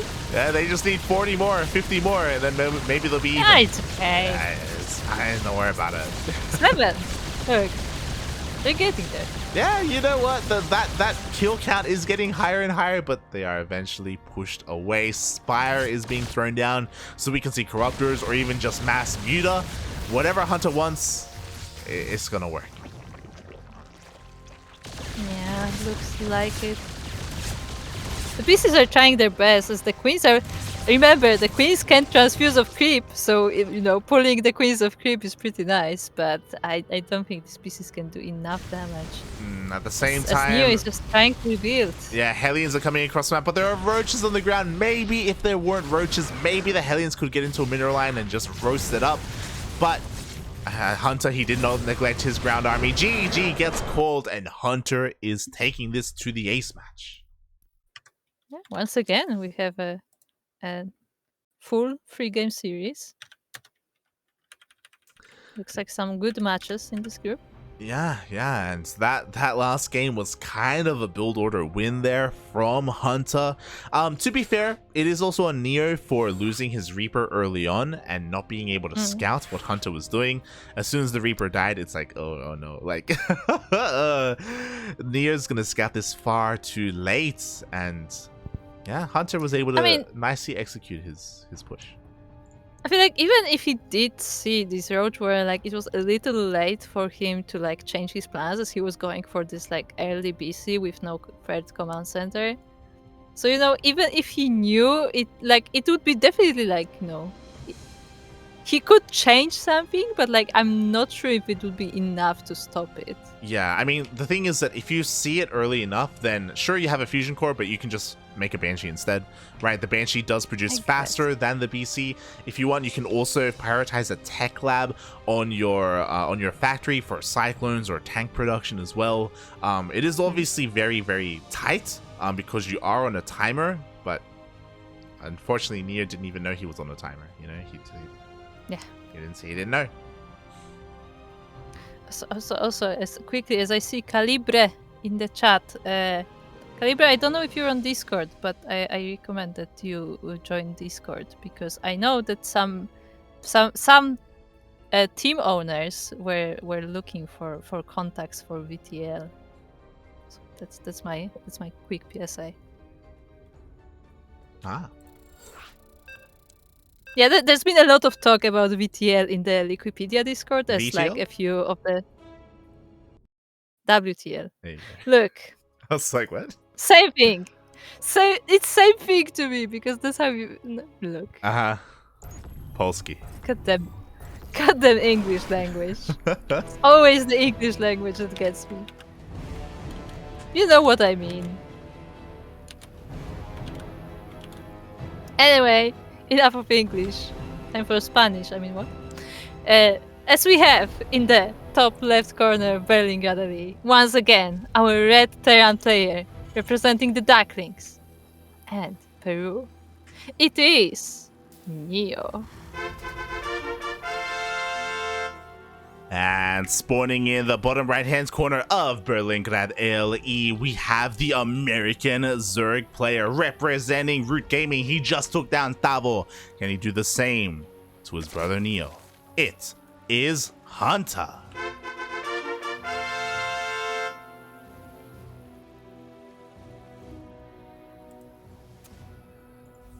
Hunta, he's had a lot of success with his roaches. He did. Like it looks like when Hunta is aggressive earlier in the game, it works better for him. Exactly. Game one in both of the series, he was kind of like testing the waters to see if he could play a little bit more passive and macro oriented, but he is forced to throw down those roach horns and go for those early pushes. And we'll see if he does so again, because Berlingrad, short rush distance by ground, like if he goes for another roach push, like it's gonna hit even harder. But Neo should now be on notice. Now, you know how it is when it's like, oh, it's Berlingrad, it's gonna be super cheesy, it's gonna be super, like all inny, and then like players go for like just, completely max out macro game. Well, I mean, that's what Neo wants, that's exactly what yeah. If that happens, that's going to be a good thing for Neo. So that's why my eyes are a little bit more on Hunta here. With like, I'm sure he doesn't want to play a late game against Mech again. Definitely. I mean, I don't think any Zerg likes playing versus Mech, really. Yeah, unless he's some kind of masochist. I don't know. Maybe. Maybe there's a Zerg player out there who's like Ryu against Skytoss, where Ryu's like... Yeah, I was gonna say, Ryu plays against Skytoss, but I don't think I know a single Zerg player who'll be like, yeah, I enjoy playing versus Mech. Do you know anyone like Maybe this? Oreo. I think he likes it. I think he's comfortable because it's a little bit more straightforward. I don't know, because it's slower. It's less like micro intensive. We'll see. I don't know. I'm not the greatest micro player, and like Mech is pain, so I don't know. It is pretty painful. Oof. Oh god. But for the time being, we do have some pretty standard openers. We do see our CCs being thrown down. We have our factory as well, and once again, Neo is going for that 1-1-1. Yeah, opting to stray away from the greedy macro tactics of Terran, I guess. As this time the Reaper looks like it's gonna be safe. It's not gonna fall down to the queens. So I guess we'll see if Hunta will be aggressive once again, or if he's gonna go for a more chill game. Yeah, like Hunta didn't pull out of gas, so he has that to work with. He hasn't turned out a roach horn yet, but I imagine like this gas is going to be used for something. So our eyes are on that production tab. Meanwhile, Neo back at home with this 1-1-1 actually isn't going for a Banshee, isn't going for a BC. He's instead prioritizing his Viking. Yeah, I think he did it in the previous game as well, where he gets this one Viking before he goes into any other tech. As we see the Rotoran being thrown down for Hunta. Yeah, I mean, at least with this opener, like, it does mean that we do have a faster tech lab on the factory. So because of that, like, tank or cyclone production will commence faster. So this is very safe against an early roach push, which is kind of what Hunter is doing. I say kind of because he is throwing down an Evo chamber. Yeah, as we can see, Neo is also wiser now, as he is getting that tank first. He even cancelled the Marines just so the tank can be a little bit more quicker. Yeah.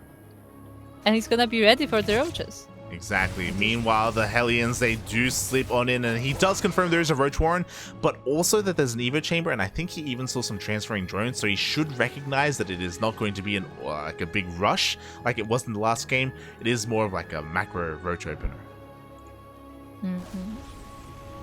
Yeah, kind of what we saw before, where like Hunta, if he knows that like the other player is expecting it, he's like delaying the attack.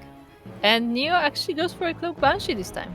Oh, okay. Again, it is delayed, but it will go unscattered because that Viking has been cleaning up overlords left and right so far. Actually, 0 kills, but he does push away the overlords. So again, the likelihood of Hunta scatting this is pretty low.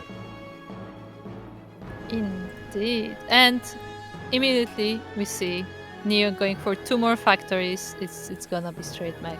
Oh yeah. Like properly straight mech.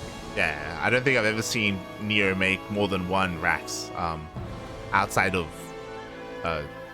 TVP, and even then, I've seen him play like one bio game, I think. Maybe in team games. Maybe one. Oh yeah. Oh god. Meanwhile, here we go. Neo, he's being active with his Hellions, just cleaning up as much of the creep as possible. Just trying to slow some things down and work on that follow-up push here at the 4th base. Meanwhile, 1-1 is on the way, so Hunter is going to commit to roaches. Wait, what is this upgrade? On Neo's StarCraft. What is this? He's doing it! He's doing it! Oh my god. There was a period last year where in ZVT he would go Thor Banshee. I'm not saying that's what he's doing here because as we see there are no Thors in production, but he is at least going for that mass Banshee portion of that build.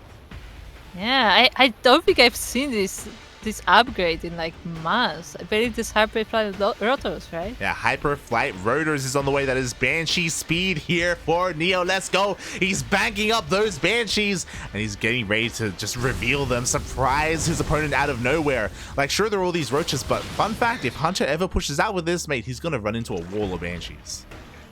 Oh yeah. Yeah, the Banshees are all there. The tank is now there. There's one at the Natura and another one is going to the front, so that's gonna be that much harder for the roaches to attack. But hold on, that's not roaches. That's not a space station. Let's go. Sorry, that's not a moon. As we have 11 swarm hosts on the way. We'll see how this goes, especially because he's not going swarm host Nidus. He's going straight up swarm host, which makes sense because you don't need Nidus on a map this small, but it also means that the swarm hosts are going to be vulnerable to the Banshees. There's a world where these Banshees can hunt these swarm hosts down.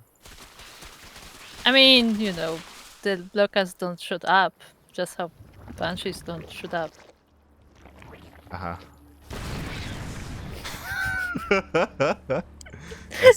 SMH my hedge. As here we go, the Locust Wave is here. The first Locust Wave will collapse on these tanks, and yo, these tanks are going to go down. But again, the Banshees still have not been revealed. Is the surprise factor of the Banshees going to be enough here? Because again, with the list of these tanks, roaches, they can have a pretty easy road to get into that mineral line. Yeah, the same that the Hellions are trying to get behind these queens, but they can't do much damage down, and the Banshees are now here. Yeah, and I don't know if I like this. They're gonna slowly deal with all this creep spread when, like, honestly, I would have loved it if they just zoomed across the map and just went straight for the swarm hosts. Yeah, that's what I was expecting you to do, where like the Hellions were trying to get the queens, he would just, you know, go past them, but no, they're running into all of these queens. Yeah, they run into the queens. One of Banshee already goes down. The rest of them took a lot of hull damage as well. It looks like Neo will not get a lot of damage done at all here. He does at least force Hunter back, and he does clean up a lot of creep.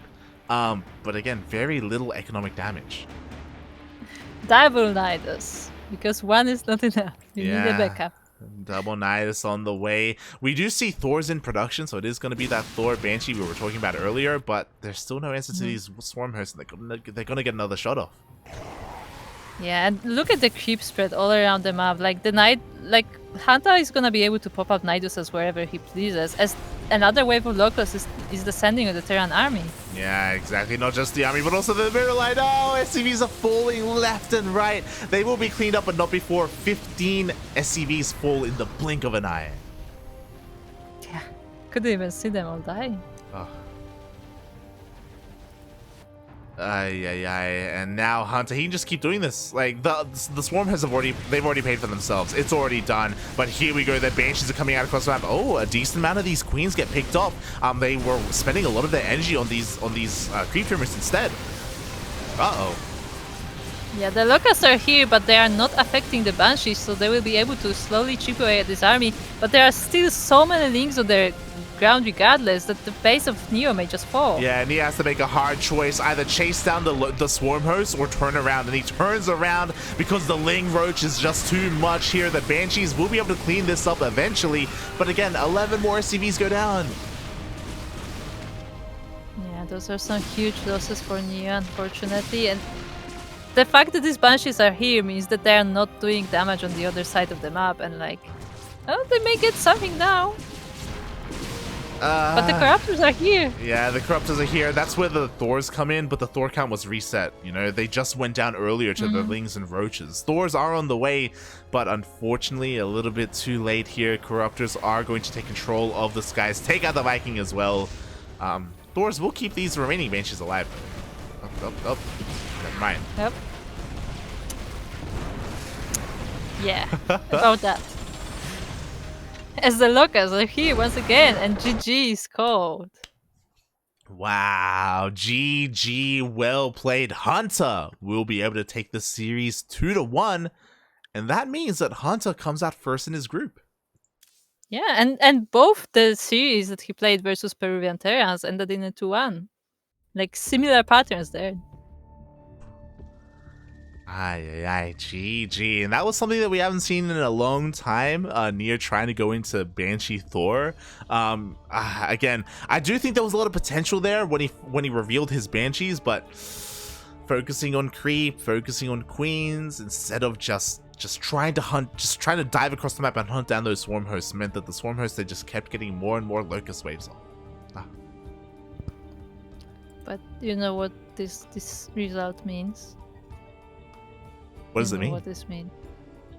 The final match that we have, the two brothers, the two Peruvian Terran brothers, fighting against each other. They're actually gonna be fighting on who advances from this group. Feels bad, man. Feels bad. Tavo and Neo, it comes down to our two Peruvian Terran brothers. Only one can move on. The other, their NA Apprentice run ends here. Yeah, that's very unfortunate. That, we're gonna have to say goodbye to one of them in this tournament. But, somebody has to win, somebody has to lose. It's just the way it goes.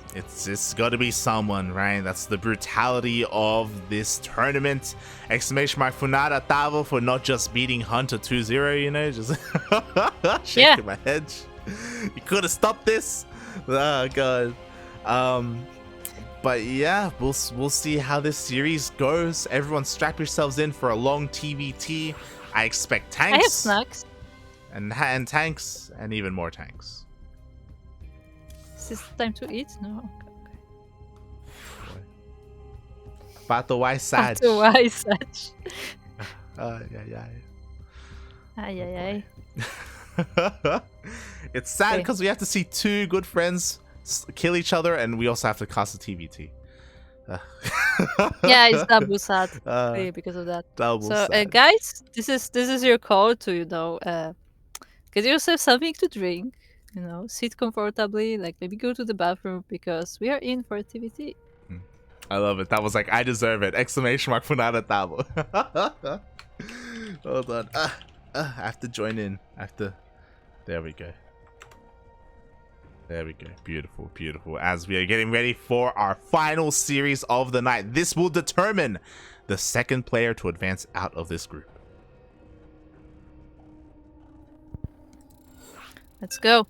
Let's find out which of the two brothers we're gonna say goodbye to for this season. I mean, there's always next season. Yeah, exactly. There are like 5 seasons in a year, so there's going to be plenty of NA Apprentice coming at you live on this channel, on multiple channels across Twitch.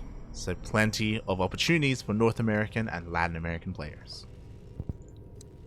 Yes, as we loaded into the Pride of Altaris. And in the top left corner of Pride of Altaris, we have the red Patito, the red Terran, representing CranKy Ducklings and Peru. It is Neo.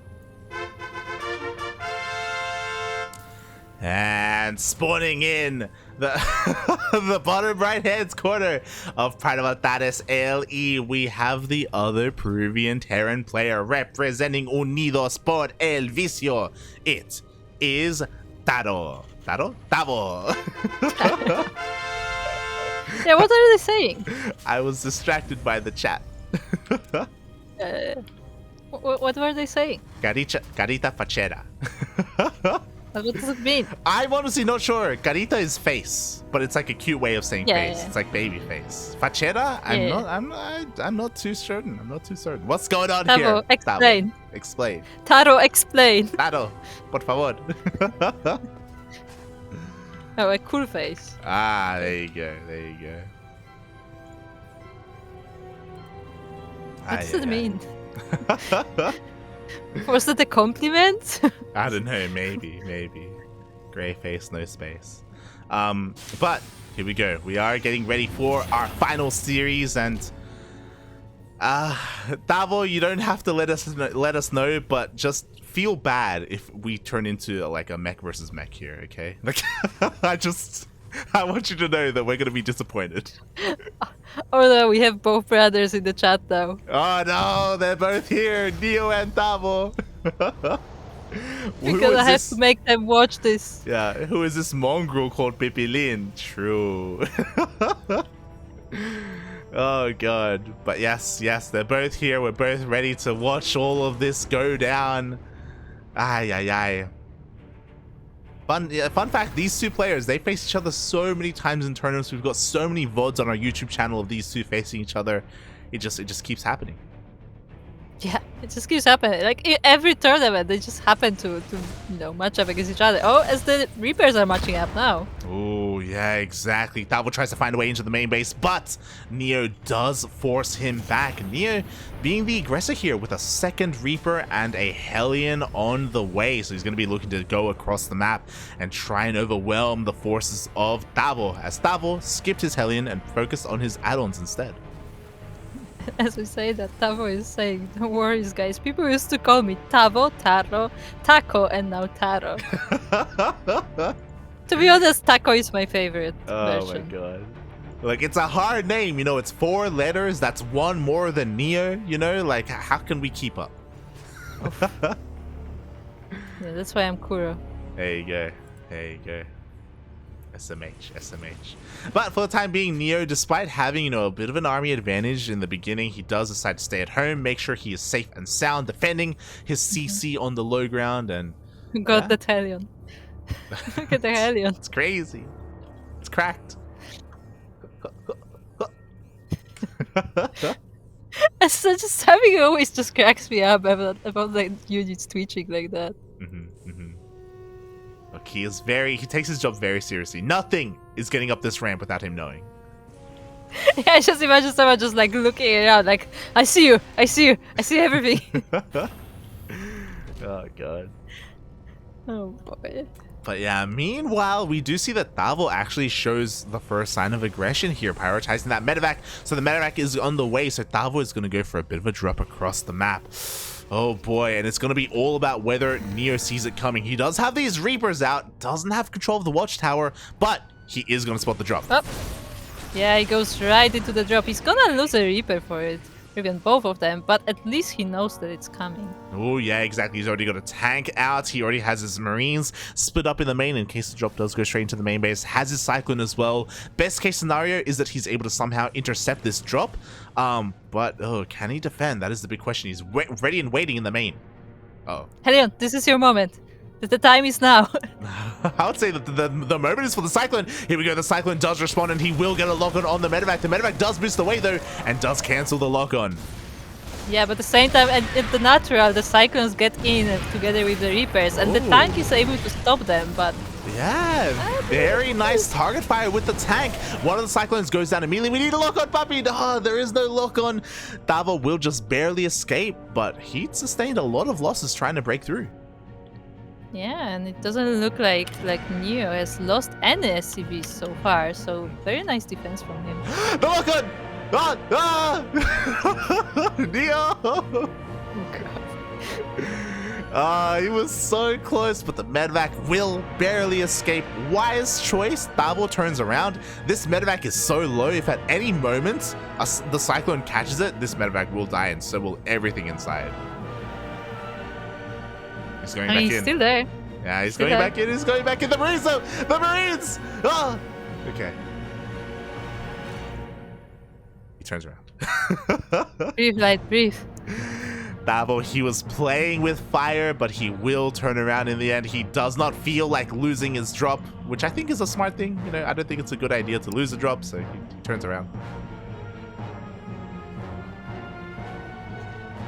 And we're coming to this place of TVT where Neo obviously decides to go for mech, where Actually, Tavo goes for bio. Yeah, yo, shout out to Tavo because I was scared that he was also going to go throw down some factories, but no, we are seeing a clear disparity. It is going to be mech versus bio tank. So at least one of our players is going to be a little bit more active, a little bit more dynamic on the map. And that, of course, is supposed to be Tavo. Yeah, shout out to Taco. Shout out to Taro. We're awful. Shout out to Tapo. I love it. Tapo. Oh god. Look, if I'm Krupp, you can be Tapo. Okay. It's true. Oh god, here we go. We do see Tavo taking his third base a little bit faster compared to Neo, but Neo's of course is already in orbital, so a slight difference in the way of expanding here. But Tavo is now across the map. How many tanks does this man have? We have 4 tanks versus 4 tanks, 2 Ravens versus 2 Ravens, but there is a clear advantage here in the Viking count for Tavo. Oh, but Neo sieges first. He does siege first, and Tavo did get a few shots on the Ravens, but both of them are still surviving, and Neo's position looks pretty decent. Yeah, they both have eyes on each other, but again, it's all going to be about the Raven control. How good are the Disables going to be? How good is the Viking control going to be? Ooh, as a couple of Viking shots go off, and Neo takes out a Viking. Yeah, 1 Viking down. And they're actually pretty even on the air control, and Tavo decides this is not the right time to attack and leaves Neo alone. Yeah, he tests the water, confirms that Neo's defense is solid, he backs off, and he takes a 4th base, throws down the CC immediately. Meanwhile, Neo, his 4th is much later compared to his opponent. It makes sense as a mech player, you want to slowly expand, you want to slowly spread out across the map. So instead, focusing a lot more on his production. Oh, as Neo does get that map control. Yeah, very nice for Neo. His barracks is just, floating away somewhere in the corner. And he's going full mech. Yeah, even getting his sensor towers up and running, which are also important, especially because, Tavo, if he wants to, we can go for drops. Speaking of drops, 2 medevacs are on the way, so Tavo is content with his Viking count for the time being, and he's going to be looking to go for these drops. And what I will say is that there are a couple of places here that are lacking vision. The sensor tower isn't covering everything, but Tavo is patrolling that area in his main, just in case. I like how both players have the Marines placed around the map, so in case there is any attack or drop coming, they should be able to spot it, even if there is no sensor tower there. Yeah, exactly. It looks like we can get some Marine on Marine action here towards the top side of the map. But of course, Tavo has 1-1, so he should win out this fight. Does take out the Marine of Neo. Indeed. GG. Oh god, as Tavo is taking his 4th base, again still prioritizing or working on his upgrades. The medevacs are out, so he can go for a drop if he so wishes. He may go for a drop towards the north because he just took out that Marine, so for all he knows, he has taken out the vision of Neo there. Yeah. Neo does have the army at his third, but it may be hard to position properly. But Tavo actually is opening the path on the bottom. Yeah, again, setting himself up like he has the more mobile army, so he wants to make sure that the map is as mobile as possible, or it kind of facilitates that mobility as best he can. He's starting to rotate over towards the southern part of the map, and so far he has gone unscouted. He is out of range of the sensor tower. Yeah, these 2 Marines are gonna spot the army though, so Neo can get prepared as he's taking that 4 base on the top of the map. Yeah, he was pretty out of position, so it's taking him a long time to rotate over. So Tavo, he's going to be able to get a pretty nice position here, but doesn't go for it. Yeah, and that gives Neo just enough time to set up to siege these tanks, and Tavo has to once again go back. Yeah, he again just checks the water, doesn't commit to anything, will back off, and is still just macroing up back at home. He's finally reached a point where he is now maxed out 200 supply, and it's all about, again, the engagement. Who sieges first? How good is the Raven micro? How good are the splits? Oh boy. So we are at the point of TVT where we Yeah. have one herd of tanks, the Yes. second herd of tanks in their natural habitat. Yes. They are trying to shield themselves from the scans which are raining from the sky. They may stare at each other from the distance, but will they ever meet? Oh, it looks like they want to. They want to. Tavo, he's going to be going towards that planetary base. It looks like he will be able to siege up first. He's already stepping on forward. And Neo, he's a little bit late to respond. Oh, nice disables on the tanks of Neo, so there's more damage potential for Tavo, but all of the bio army is gone actually. Wow. Oh my god, but the planetary goes down. The tank volleys are just too much. Tavo takes out the base at the cost of all of his marines. Which, mate, you want to lose marines, that's fine. I mean, marines are cheap. Oh boy. I mean, on top of that, Tavo did also throw away his air control. He lost all of his Ravens, he lost all of his Vikings, and I love this choice here from Neo. He knows the massive Viking advantage that he has, so immediately he's switching into Liberators. yeah, that's an interesting choice for Neo. And, you know, Tavo lost most of his army, but look at the bases. He's taking another base as Neo is struggling to take and hold this fort. Yeah, exactly. Like Tavo, he's up on 5 bases. He's got a 6 CC on the way as well. So plenty of bases in production for Tavo, and Neo has to be careful because he doesn't have a bank. Like, if he ever loses a fight, mech is pretty expensive. He will not be able to rebuild it until he gets another base up, at least one other base. Yeah, but he decides to move out and see if he can get any damage on Tavo's side of the map. But there is an army prepared and ready, and there's a lot of scans going on all over the place. So solid scan here. Neo spots the triple drop coming towards the southern side of the map. Neo, he's going to try and intercept, but actually he doesn't even care. He's going up the ramp. The libs. I mean, he can shoot up. There's only Vikings that shoot up. Oh, the drop from behind is trying to do some damage, but they don't do much while the Liberators are sieging the front. Yeah, exactly. Liberators do siege up. They will be able to force all of these tanks back. The Marines are having a hard time dealing with this. If they step forward, they are going to be shelled away. And again, the air superiority is clearly in favor of Neo. Yeah, very nice. These two medivacs are still going to Tavo's base, but yeah, at the same time, we see a massive stim forward. He's trying to collapse on all of these tanks. The Marauders are doing a lot of damage, and the tank line gets cleaned up. yeah, the whole tank line for Neo actually falls down, and now he has to go back to clear up this job, but actually the tanks are just enough left at home to make sure that no damage is done. Yeah, Neo made a little bit of a mistake there. He was leapfrogging too many of his tanks at once. He didn't have enough covering him. He was a little bit overly ambitious, and Tavo took advantage of that situation. He was able to stim on forward. Neo still has the Viking superiority, but again, he did lose a lot of tanks. Yeah, indeed. And it's gonna take a while to remax to get all these tanks running, and as we said before, like look at the mineral banks. Yeah. Like Tavo has so much more resources, like, you know, all these bases are paying off, and he's ready to take even more, while Neo only just set up his fort. He has a lot of muse, so that's nice, but now the army is already here. Yeah, that it is. The thing about this map, though, is that it's so difficult pushing up these ramps. Like, the defender's advantage is absolutely massive. Pushing up this ramp is just never going to work here for Tavo, so he has to try and find another way up.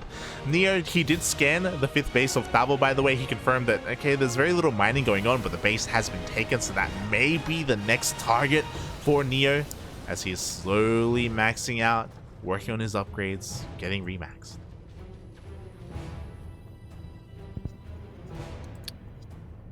So, Light, how has your day been?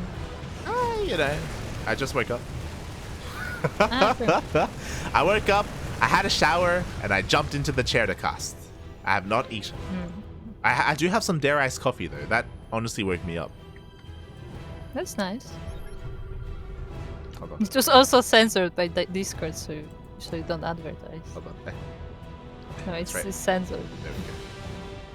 There it is. What taste is that? What flavor? It is caramel. Caramel latte. It's pretty good. It's pretty good.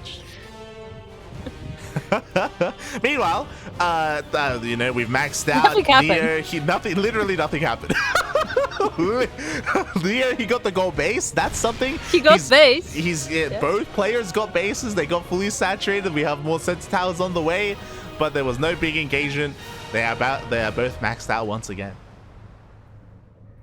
Yeah, like I mean, you know, I guess all mirror matchups, but especially TVT is like this dance of like, you know, positions. Like, you know, you have to be very careful where you leave your army. So the players are constantly trying to find more advantage, and now Tavo might have it on top of this round. Yeah, and Tavo, he completely transitioned into Mass Viking Liberator. It is now his turn to take control of the skies if possible. We do see him targeting down Liberator after Liberator, and Neo, he just can't engage here.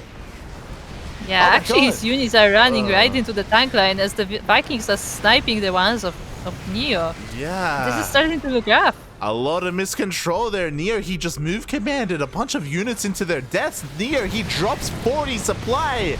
And now Tavo with his massive bank is pushing on forward. He has the air superiority this time. And Neo just wasn't ready for this. Yeah, and now the tanks are on top of the ramp, and they should be able to shell at this, right? Huh. No, they're out of range. Okay. Yeah, they need to leapfrog forward a little bit more, but again, the Liberators are just bullying these tanks time and time again. Vikings are going to try and push on forward. We have 9 Vikings against 14. There is no way for Neo to really win this fight. Here come the reinforcements, a massive wave of Vikings. Yeah, and the Vikings of Neo are starting to fall, and Tavo is cutting him out from this gold base. It's harder and harder to place his units without them being, you know, in danger of these Liberators.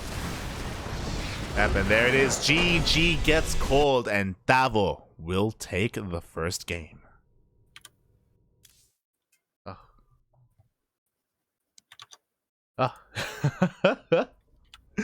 GG. That was honestly pretty close for a long time there. There was a period when Neo had the advantage, but honestly, for a long time, he was doing a great job at defending, great job at taking up, taking control of the skies, switching into Liberators, but he never really got to get any economic damage done. He never got to kill any bases, and with the massive bank of Tavo, like, he was able to just hard switch. It's almost like a Zerg, like, tech switch, or army switch, where he just went deep into those Vikings suddenly, and Neo had no idea. Yeah, I mean, I feel like it's also important that, like, you know, Neo was much slower to expand. Like you said, like, it's kind of part of mech that, like, it's a slower composition, so like you expand on the map more slowly. But it also means that Tavo kind of ran away with the economy, so like, you know, he could just afford the switch that he wanted. And for Neo, it was much more difficult. Oh boy. Yeah, it really was. It really was. He also didn't recognize that, I need to focus a lot more on Viking production instead. Maybe even like turtle up even more. And what I mean by that is like throw down like lines of missile turrets as well over his tanks. Like, yeah, he just wasn't able to pull it off. And now we are getting ready for game número 2.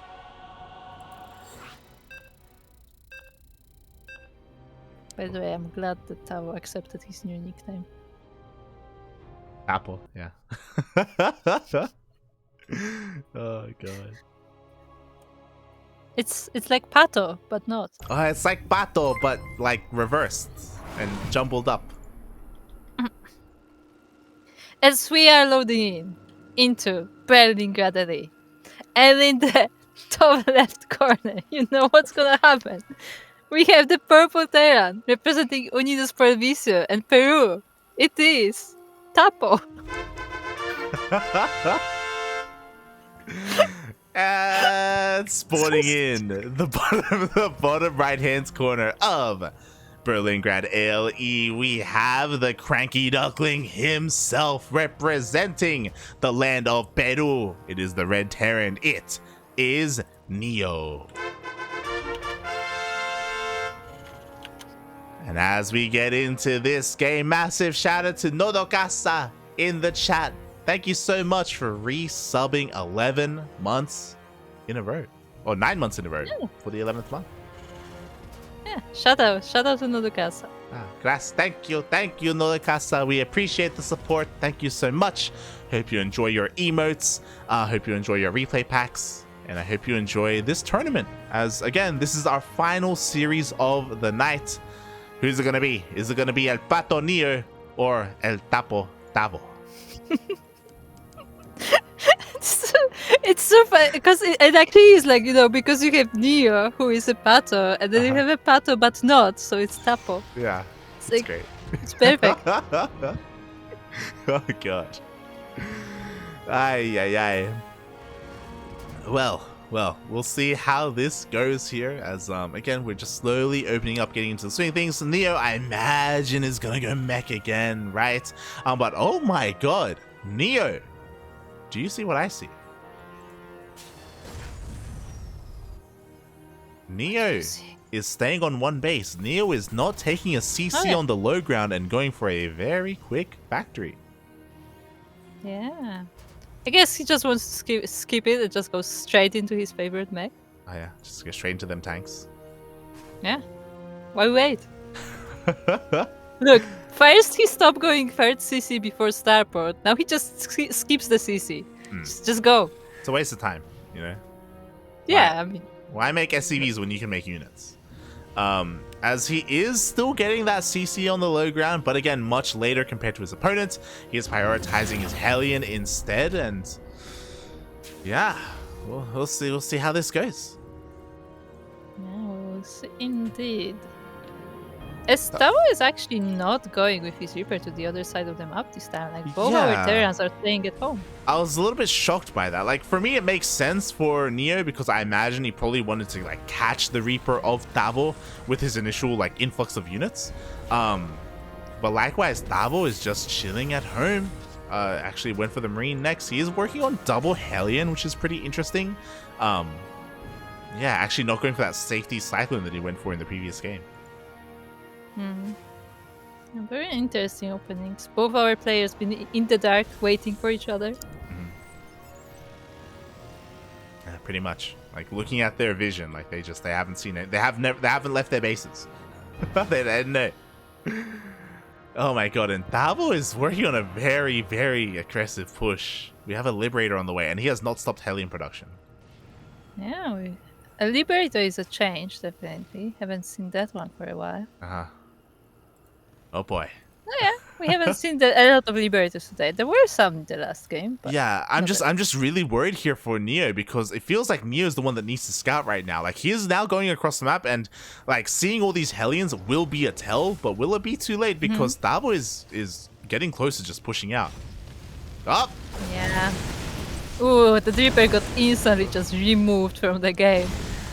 Yeah. And now Neo knows. Yeah, now he knows. Tavo, he's all army hawking. He's sending everything across the map right now. Hellions, Reapers, and Liberators. Neo, what's he doing back at home? He's trying to get a depot up and running. He does have a safety Cyclone. He does have a decent spread of Marines. Raven is on the way, so an auto turret will be available. Is it going to be enough, though?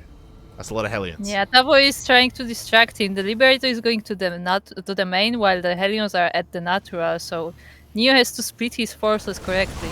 Oh, exactly. Decent spread here, minimizing the surface area of all these Hellions. Meanwhile, the tank comes out just in time. At the same time, Liberator sieges up, but it gets locked on by the Cyclone. Oh, it's actually not microed, so it's gonna go down. And yeah, that's nice for Neo. At least he dealt with the Liberator, so he doesn't have to worry about that. Yeah. But the Reapers are going there now. Exactly. I mean, honestly, I feel like Tavo missed his opportunity. There was like a couple of seconds when Tavo got across the map where he just chilled outside the natural, and he let Neo get that tank out. Like, that tank, it was so close, and as soon as the tank came out, now Neo had held, and now he's the one with the advantage. He's pushing out. Yeah. 5 SCVs did fall down in this attack, but it's not that many. And now, now Neo has the initiative. These Hellions will slow him down a bit as they are chipping away at the Marines. True. Yeah, a lot of Marines are getting picked off, but they are not deterring the tank. They're not deterring the Ravens either, as we even have a third Raven on the way. Neo, he's just rallying everything across the map. He even has 2 tanks. Can he break this position with Ravens? Sure you can. There we go. The auto turrets get thrown down. The tank. Auto turrets to kill the tank. Oh, the tank does get targeted down. The tanks of Neo will siege up, forces the lift up of the natural base, and Tavo cannot hold it. He knows that he is now stuck in his main. He does have a tank, so Neo has to be careful about how he approaches this ramp, but having 2 tanks of his own, the scans and the ravens, he can start just slowly destroying the space. Yeah, exactly. Like everything here at the natural, there are so many depots. There's the engineering bay that's under threat as well. We do have a lot of marines, but again, we do have stim, so maybe Tavo, he's going to try and break it. He's pulling the boys.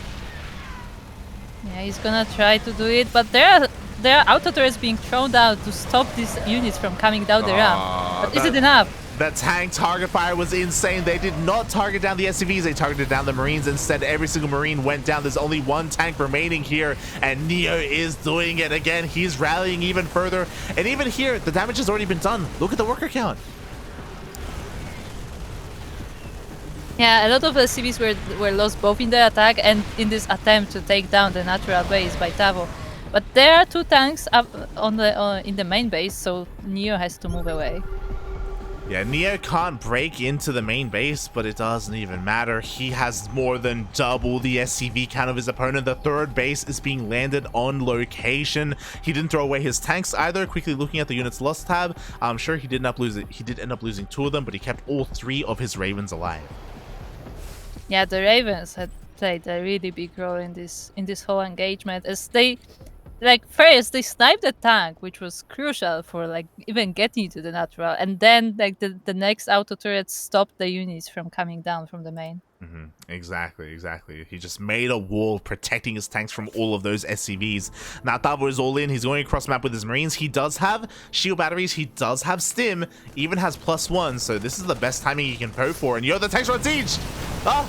Yeah, Neo was on siege, but he's finding a decent position up the ramp, so he should be able to hold the space. Oh yeah, the TC is lifted up. The auto towers are barely thrown down. One of the ravens got sniped, but as you said, Neo should be able to push this back. Yeah, so this is definitely an annoyance, a little bit of a setback, but Neo is still ahead. Tavo needs to do this damage to even stay in the game. Yeah, he needs to do more than this. And Neo is even scanning to see if we even have a drop into the main base, or if the army rotates around towards that 3rd base once again. But this time Neo is ready. This time he is sieged up. Even throws down a sensor tower. I mean, Neo even has turrets in his main. There's no drops coming. Oh my god. Jesus Christ. You're not doing this again. Yeah, there is no way in, no way out. Tavo has to go back to the drawing board. And what is that? He's throwing down his 3rd TC on location. He's desperate. He needs to do something, right? So he's trying to get his 3rd up and running. He still has a big upgrade advantage. Again, +1 is pretty big. He's going for a drop. Hopefully he doesn't lose this drop to those turrets. Oh yeah, that would be very unfortunate. But yeah, we have a little bit of a role reversal from the last game, where it was Neo who was struggling to take a base, and now it was Tavo who was set back in economy, and he just has to take whatever damage he can. Yeah, we'll see how good this drop is, because with the boost, he will get past these turrets. Will take a lot of damage. Oh, as one of the medevacs does get targeted down, but the rest of the Marines will be able to land here in the main base. This will eventually be cleaned up, but it does kind of free up some room. Tavo, he can make some moves happen with his main army. Ooh, and both ravens go down in this defense as well, so these tanks are that more scary. Yeah, that they are. Here comes the main army of Tavo, going to try and force his way in here, but there are just so many tanks to defend. Every single medevac goes down, and with that, the Hellions and the landed Vikings are going to be able to clean everything up. Oh. Nice from Neo. I mean, could definitely avoid a few losses here and there, but in the end, he defends his bases. Yeah. As you said, it was great target fire for Tavo to snipe every single Raven, so very nicely done. He could have been in a much worse position, but it's still a bad position because Neo's coming across the map, and there is no way this 3rd base is going to be able to win. Yeah, he's waiting for it to morph to lift it.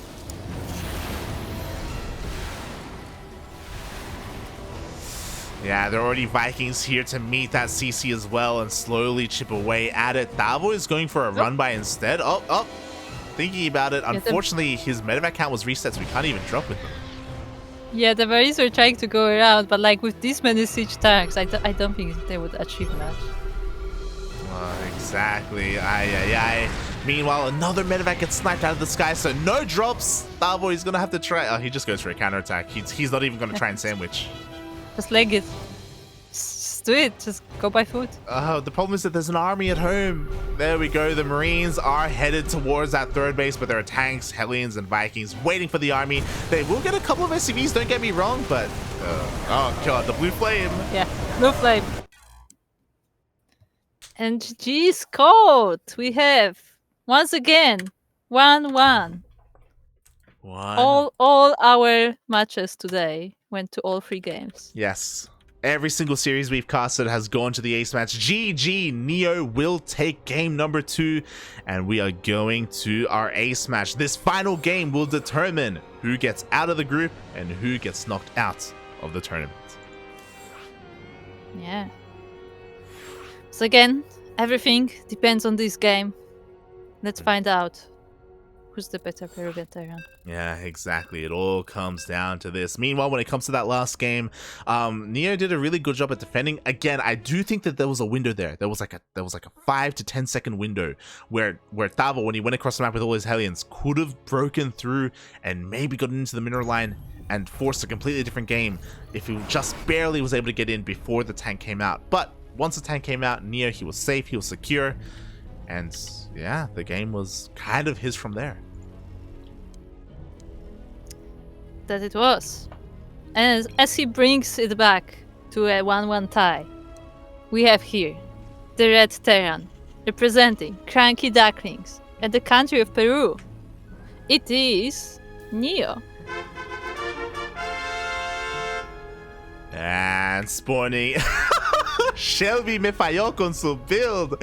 Ay, exclamation mark for nada Shelby in the chat as spawning in the bottom right hand corner of Blackburn LE. We have the other Peruvian Terran player representing Unidos por el Vicio. It is Tavo. It is Tavo.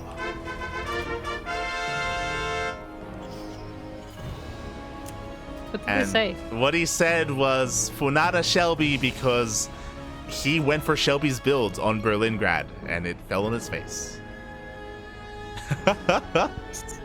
And he's saying, I can see it doesn't work well against mech. Too many tanks. Mucho tanque. Too many tanks. Yeah. Yeah, I could see that. So yeah, I see already Tavo is coming out with the excuses. He's throwing Shelby under the bus.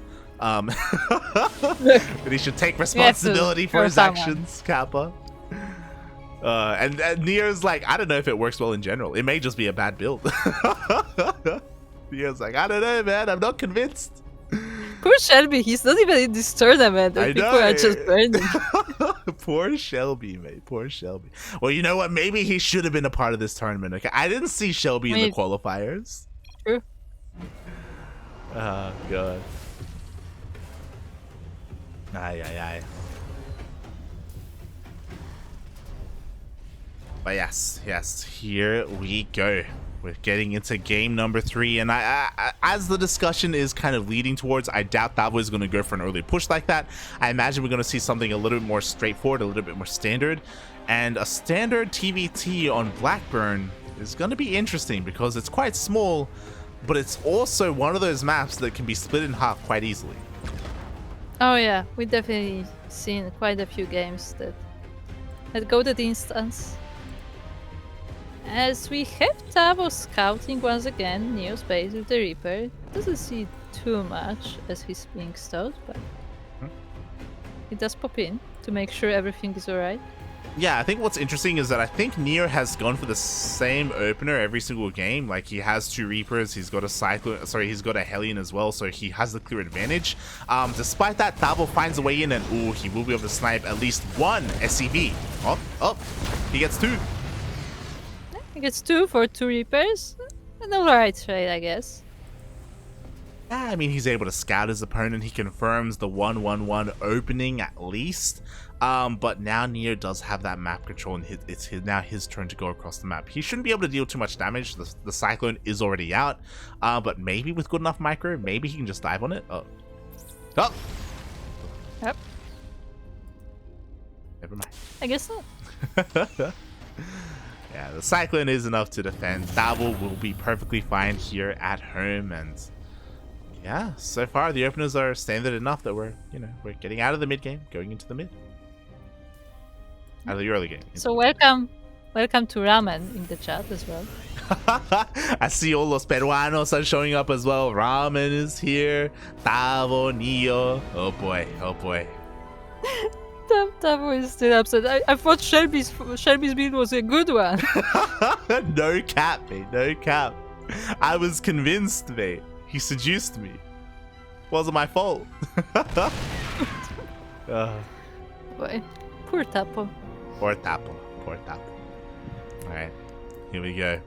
I mean, Nier, he tests the water and he sacrifices his Hellion to confirm that there is a tank on the high ground. Again, nothing out of the ordinary. Ravens are slowly coming out for all of our players. Again, Raven openers are very common here in TVT. They provide so much utility, as we saw in the previous game. I mean, yeah, like they have the turrets, they can disable the tanks, so it's definitely very useful in the TVT battles. They can even like anti-armor missile like the Marines as well to make them softened up for those tank shots. Like there's so much potential there with them. But speaking of potential, Nier is starting to move out a little bit here with his army. Very interesting choice. He does have the tank advantage at the moment, but it looks like he's just setting himself up to secure this third base. Yeah, and this will be quickly scouted by Neo. I'm not sure how much this Reaper saw, but the scan will definitely confirm it. Yeah. Oh, Neo confirms the aggressive third base here at the triangular location. So Tavo looking to be a little bit greedy, and Neo now has to make a choice, and he backs off. He takes the third at the vertical position. Yeah. Setting up to be a bit more defensive. Big surprise. Not confident. I mean, look. Look. Yeah. I know, shocking. Yeah. Meanwhile, Neo's moving out. He's well aware of this base that, of course, Tavo is trying to take, and Neo's trying to sneak around, but he was just scouted by a spotter Marine, so now Tavo knows, and now he is repositioning. Yeah. This army from Tavo can definitely stop Neo here, so Neo makes a wise choice and decides to go back and get ready for another chance. Yeah, he will back off in the end, quickly looking at the units, and we're, again, pretty even when it comes to army. Of course, Tavo does have the faster CC, so he will have a slightly economic advantage, and there is no surprise, but of course, Tavo is throwing down additional Raxes, so we do have that bio tank versus mech once again. Yeah, just like the first game. As we see, another Latin American player in the chat is Ares dropped by. Oh, Ares drops by as well. Another TVT connoisseur, or Terran connoisseur, if you will. Oh. So we have the first standoff of the Terran armies right in the middle of the map. That we do. Again, both baiting each other, trying to get each other to walk in within tank range. As Tavo does have the clear tank advantage here by one, is going to be able to force himself forward. Oh, but gets within tank range. Oh, God. Oh, a lot of turrets are being dropped, and who's going to come out on top? I think it's Tavo. Yeah, the turrets are just a little bit too much, and that is it. GG gets called. Tavo with this one strong push. He's able to break Neo. He takes the series, and he gets out of the group. It is very sad that, like, one of them had to win to move on from this group, and it had to be Tavo. Yeah. It felt like we were getting teased as well, because like both players are getting their third bases up and running. Like they both wanted to have the game advance on, but yeah, Tavo just took that one decisive fight, and that was it. Yeah, it looked like it was gonna develop into a longer game, just like in game one. But the armies met, a lot of turrets were dropped, and it turns out that the advantage for Tavo was big enough. Oh yeah, it was big enough in the end. Congratulations to our Tavo in the chat. Well done, well deserved as well. I will never let that go. Oh god. Hey, Tavo. Yeah, but at least one Latin American player will make it to group stage 2. I think that's the thing. Like, there aren't that many in group stage 1. So yeah, it's great to see at least some Latin American representation in NA Apprentice. Yeah, here's the note to all the Latin Americans in the chat. Make sure to sign up in the next qualifier of the NA Apprentice. Yes. Which is probably gonna be soon TM. I mean, this this round was a week, so now the next week is the round 2. Then the next week I think is quarterfinals, and then it's the semifinals. So the next season is gonna be starting in a few weeks probably. Exactly. These seasons go by quick. They go by quite quickly indeed. But yeah, like this season there were only 3 Latin Americans. There was Neo, Tavo, and Draconics, and Neo and Tavo knocked each other out. Like, they had to face each other in their own groups, so it feels bad, man. Yeah, in general, I feel like still a lot of the Latin American players don't actually know that NA Apprentice is now open to Latin America. So make sure to share with your fellow Latin American players. Make sure they sign up. Like a lot of these qualifiers, there's a lot of chances in those qualifiers to actually make it to the main event. So maybe it will be you. Yeah, could be. It could be. Again, we had someone like NA Chobo make it through the qualifiers. Like anyone can make it through. Anyone can make it through. But again, GG, well played to all of our players that competed today. A special shout out to Hunta because I think he surprised us. Oh, yeah. With his ability to get out of this group. It wasn't an easy road. We mentioned it earlier. Every single series went to the ace match today, so it was very close between all 3 of our players. But Hunta really did impress. Yeah, like this time, like really the scores like kind of show how close this group was. Like actually, it looks like the players are very well matched, and we had a lot of very close fights in this whole like series of matches. Oh yeah, I think we got a little bit lucky. We got lucky in that respect. I don't know how the other groups are panning out. We already had one group finish. Exclamation mark B in the chat if you want to have a look at the bracket. Group B already completed. But I do think we got a little bit lucky, a little bit spoiled with our series. They were all great, even the TVT. Yeah, those are all great matches, and once again, we're very back and forth from both players. And yeah, Hunta quite surprised us with coming out on top, but once again, like those were not like 2-0 upsets. Like he had to fight for it, but he turned out to be superior. Exactly. GG, well played. And before we head off for the day, I did want to quickly exclamation mark Matcherino in the chat because there is a Matcherino page for this tournament and there are plenty of coupon codes remaining. I believe there's around 30 or so left. So if you want to help support this tournament, head on over to Matcherino, sign in and claim that coupon button. Or click that claim coupon button. Every single code does give 25 cents to the prize pool.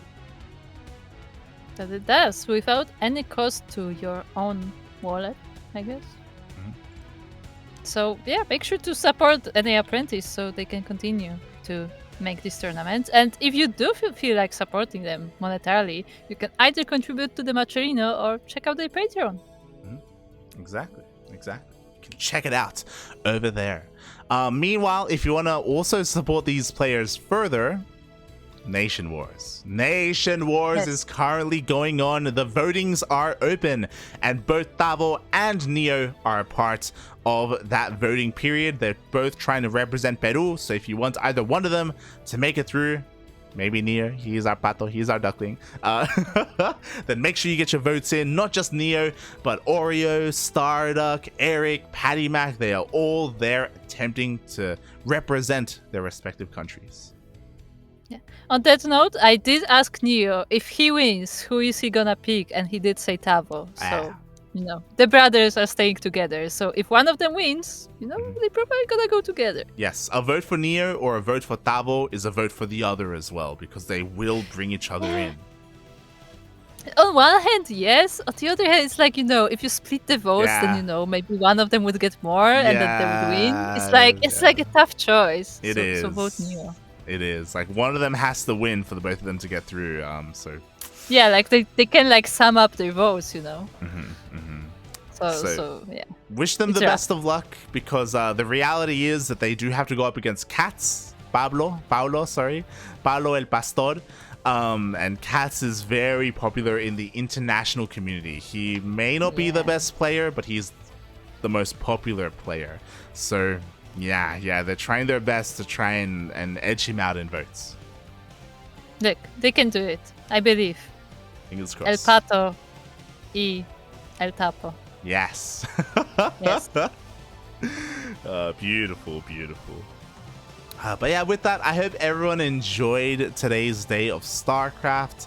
Again, less than 24 hours ago, I think 10 hours ago or so, we were live with Sparkling Tuna Cup with some Korean StarCraft, and now here we are with some Latin American and North American StarCraft, and the cast, they won't stop. We're just going to keep on going. Yeah, our next tournament broadcast is going to be tomorrow for is the Master Swan Open? Yeah. It says there. See, Duckling Open is tomorrow, so if you want to tune into some amateur StarCraft, then we got you. This weekend, we have Cup Hyperion, we have ESL Open Cup Asia. We will also be casting some Polish StarCraft this weekend, right?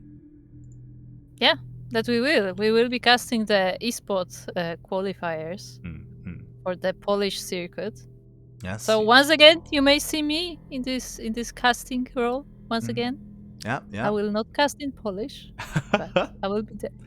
Yep, we're gonna have some Polish StarCraft. We're gonna potentially even cast the qualifiers for King of Battles. World Team League is coming up, and fun fact, we are going to be a part of World Team League to try and qualify and be one of those teams in the main event. And I do think that our players are more than good enough to make it to the main event, but there are a couple of things that are standing in our way. The big one, if you're in our Discord channel, you know, Oreo's PC is broken, so he cannot play StarCraft right now, which means he may not be a part of the qualifiers for World Team League, and Oreo is definitely someone that we need. Yeah, he's one of our stars, definitely. Yeah. Also, still to answer your question, the daylight saving in America already are in effect since like a week or two. The daylight saving in Europe are starting this weekend, and the daylight saving in Australia are in a week or two, I think. I'm not sure on the exact date right now. Yes. Over the course of this month, there are going to be some daylight saving changes, so be sure you're up to date with when we are live. And with that... Yeah, I mean, the easiest way is... See, for Steel, it's on Thursday night. I don't know why Thursday, but there you go. There you go. And if you want to make sure that you have the correct time zones on everything, you can either check our Google Calendar or check our Discord calendar, where all the times and dates will be shown in your own time zone, so you don't have to worry about calculating things. There you go. That's all you need. But with that, thank you everyone for watching. Thank you everyone for tuning into the broadcast. Kuro, who are you? Where can people find more of you? Who am I? Why? I am Kuro. Kuro, the 16th Squad Sanseki, also known as the greatest casting jersey. And you can find me on A, Twitter at 16squads, B, on Twitch at 16squad Sanseki, or C, on Discord. Look, I'm always on Discord. Even when I'm not on Discord, I'm on Discord. Mm-hmm. When I'm not responding, I'm still probably reading. I'm just judging you silently. I mean, what? Yes. But on a serious note, on my stream, you can mostly find Final Fantasy XIV. Sometimes StarCraft when I feel like it. I had this one random ladder session when I played like 15 games straight, and I still don't know why. But I did that. So if you want to check it out, you can follow me there. But what about you, Light? You can follow me at Light_VIP on Twitch and Twitter. I do stream throughout the week. I may stream later today. We'll see. There's a lot of work to do, and I'm honestly pretty tired, so I may just have a nap. We'll see.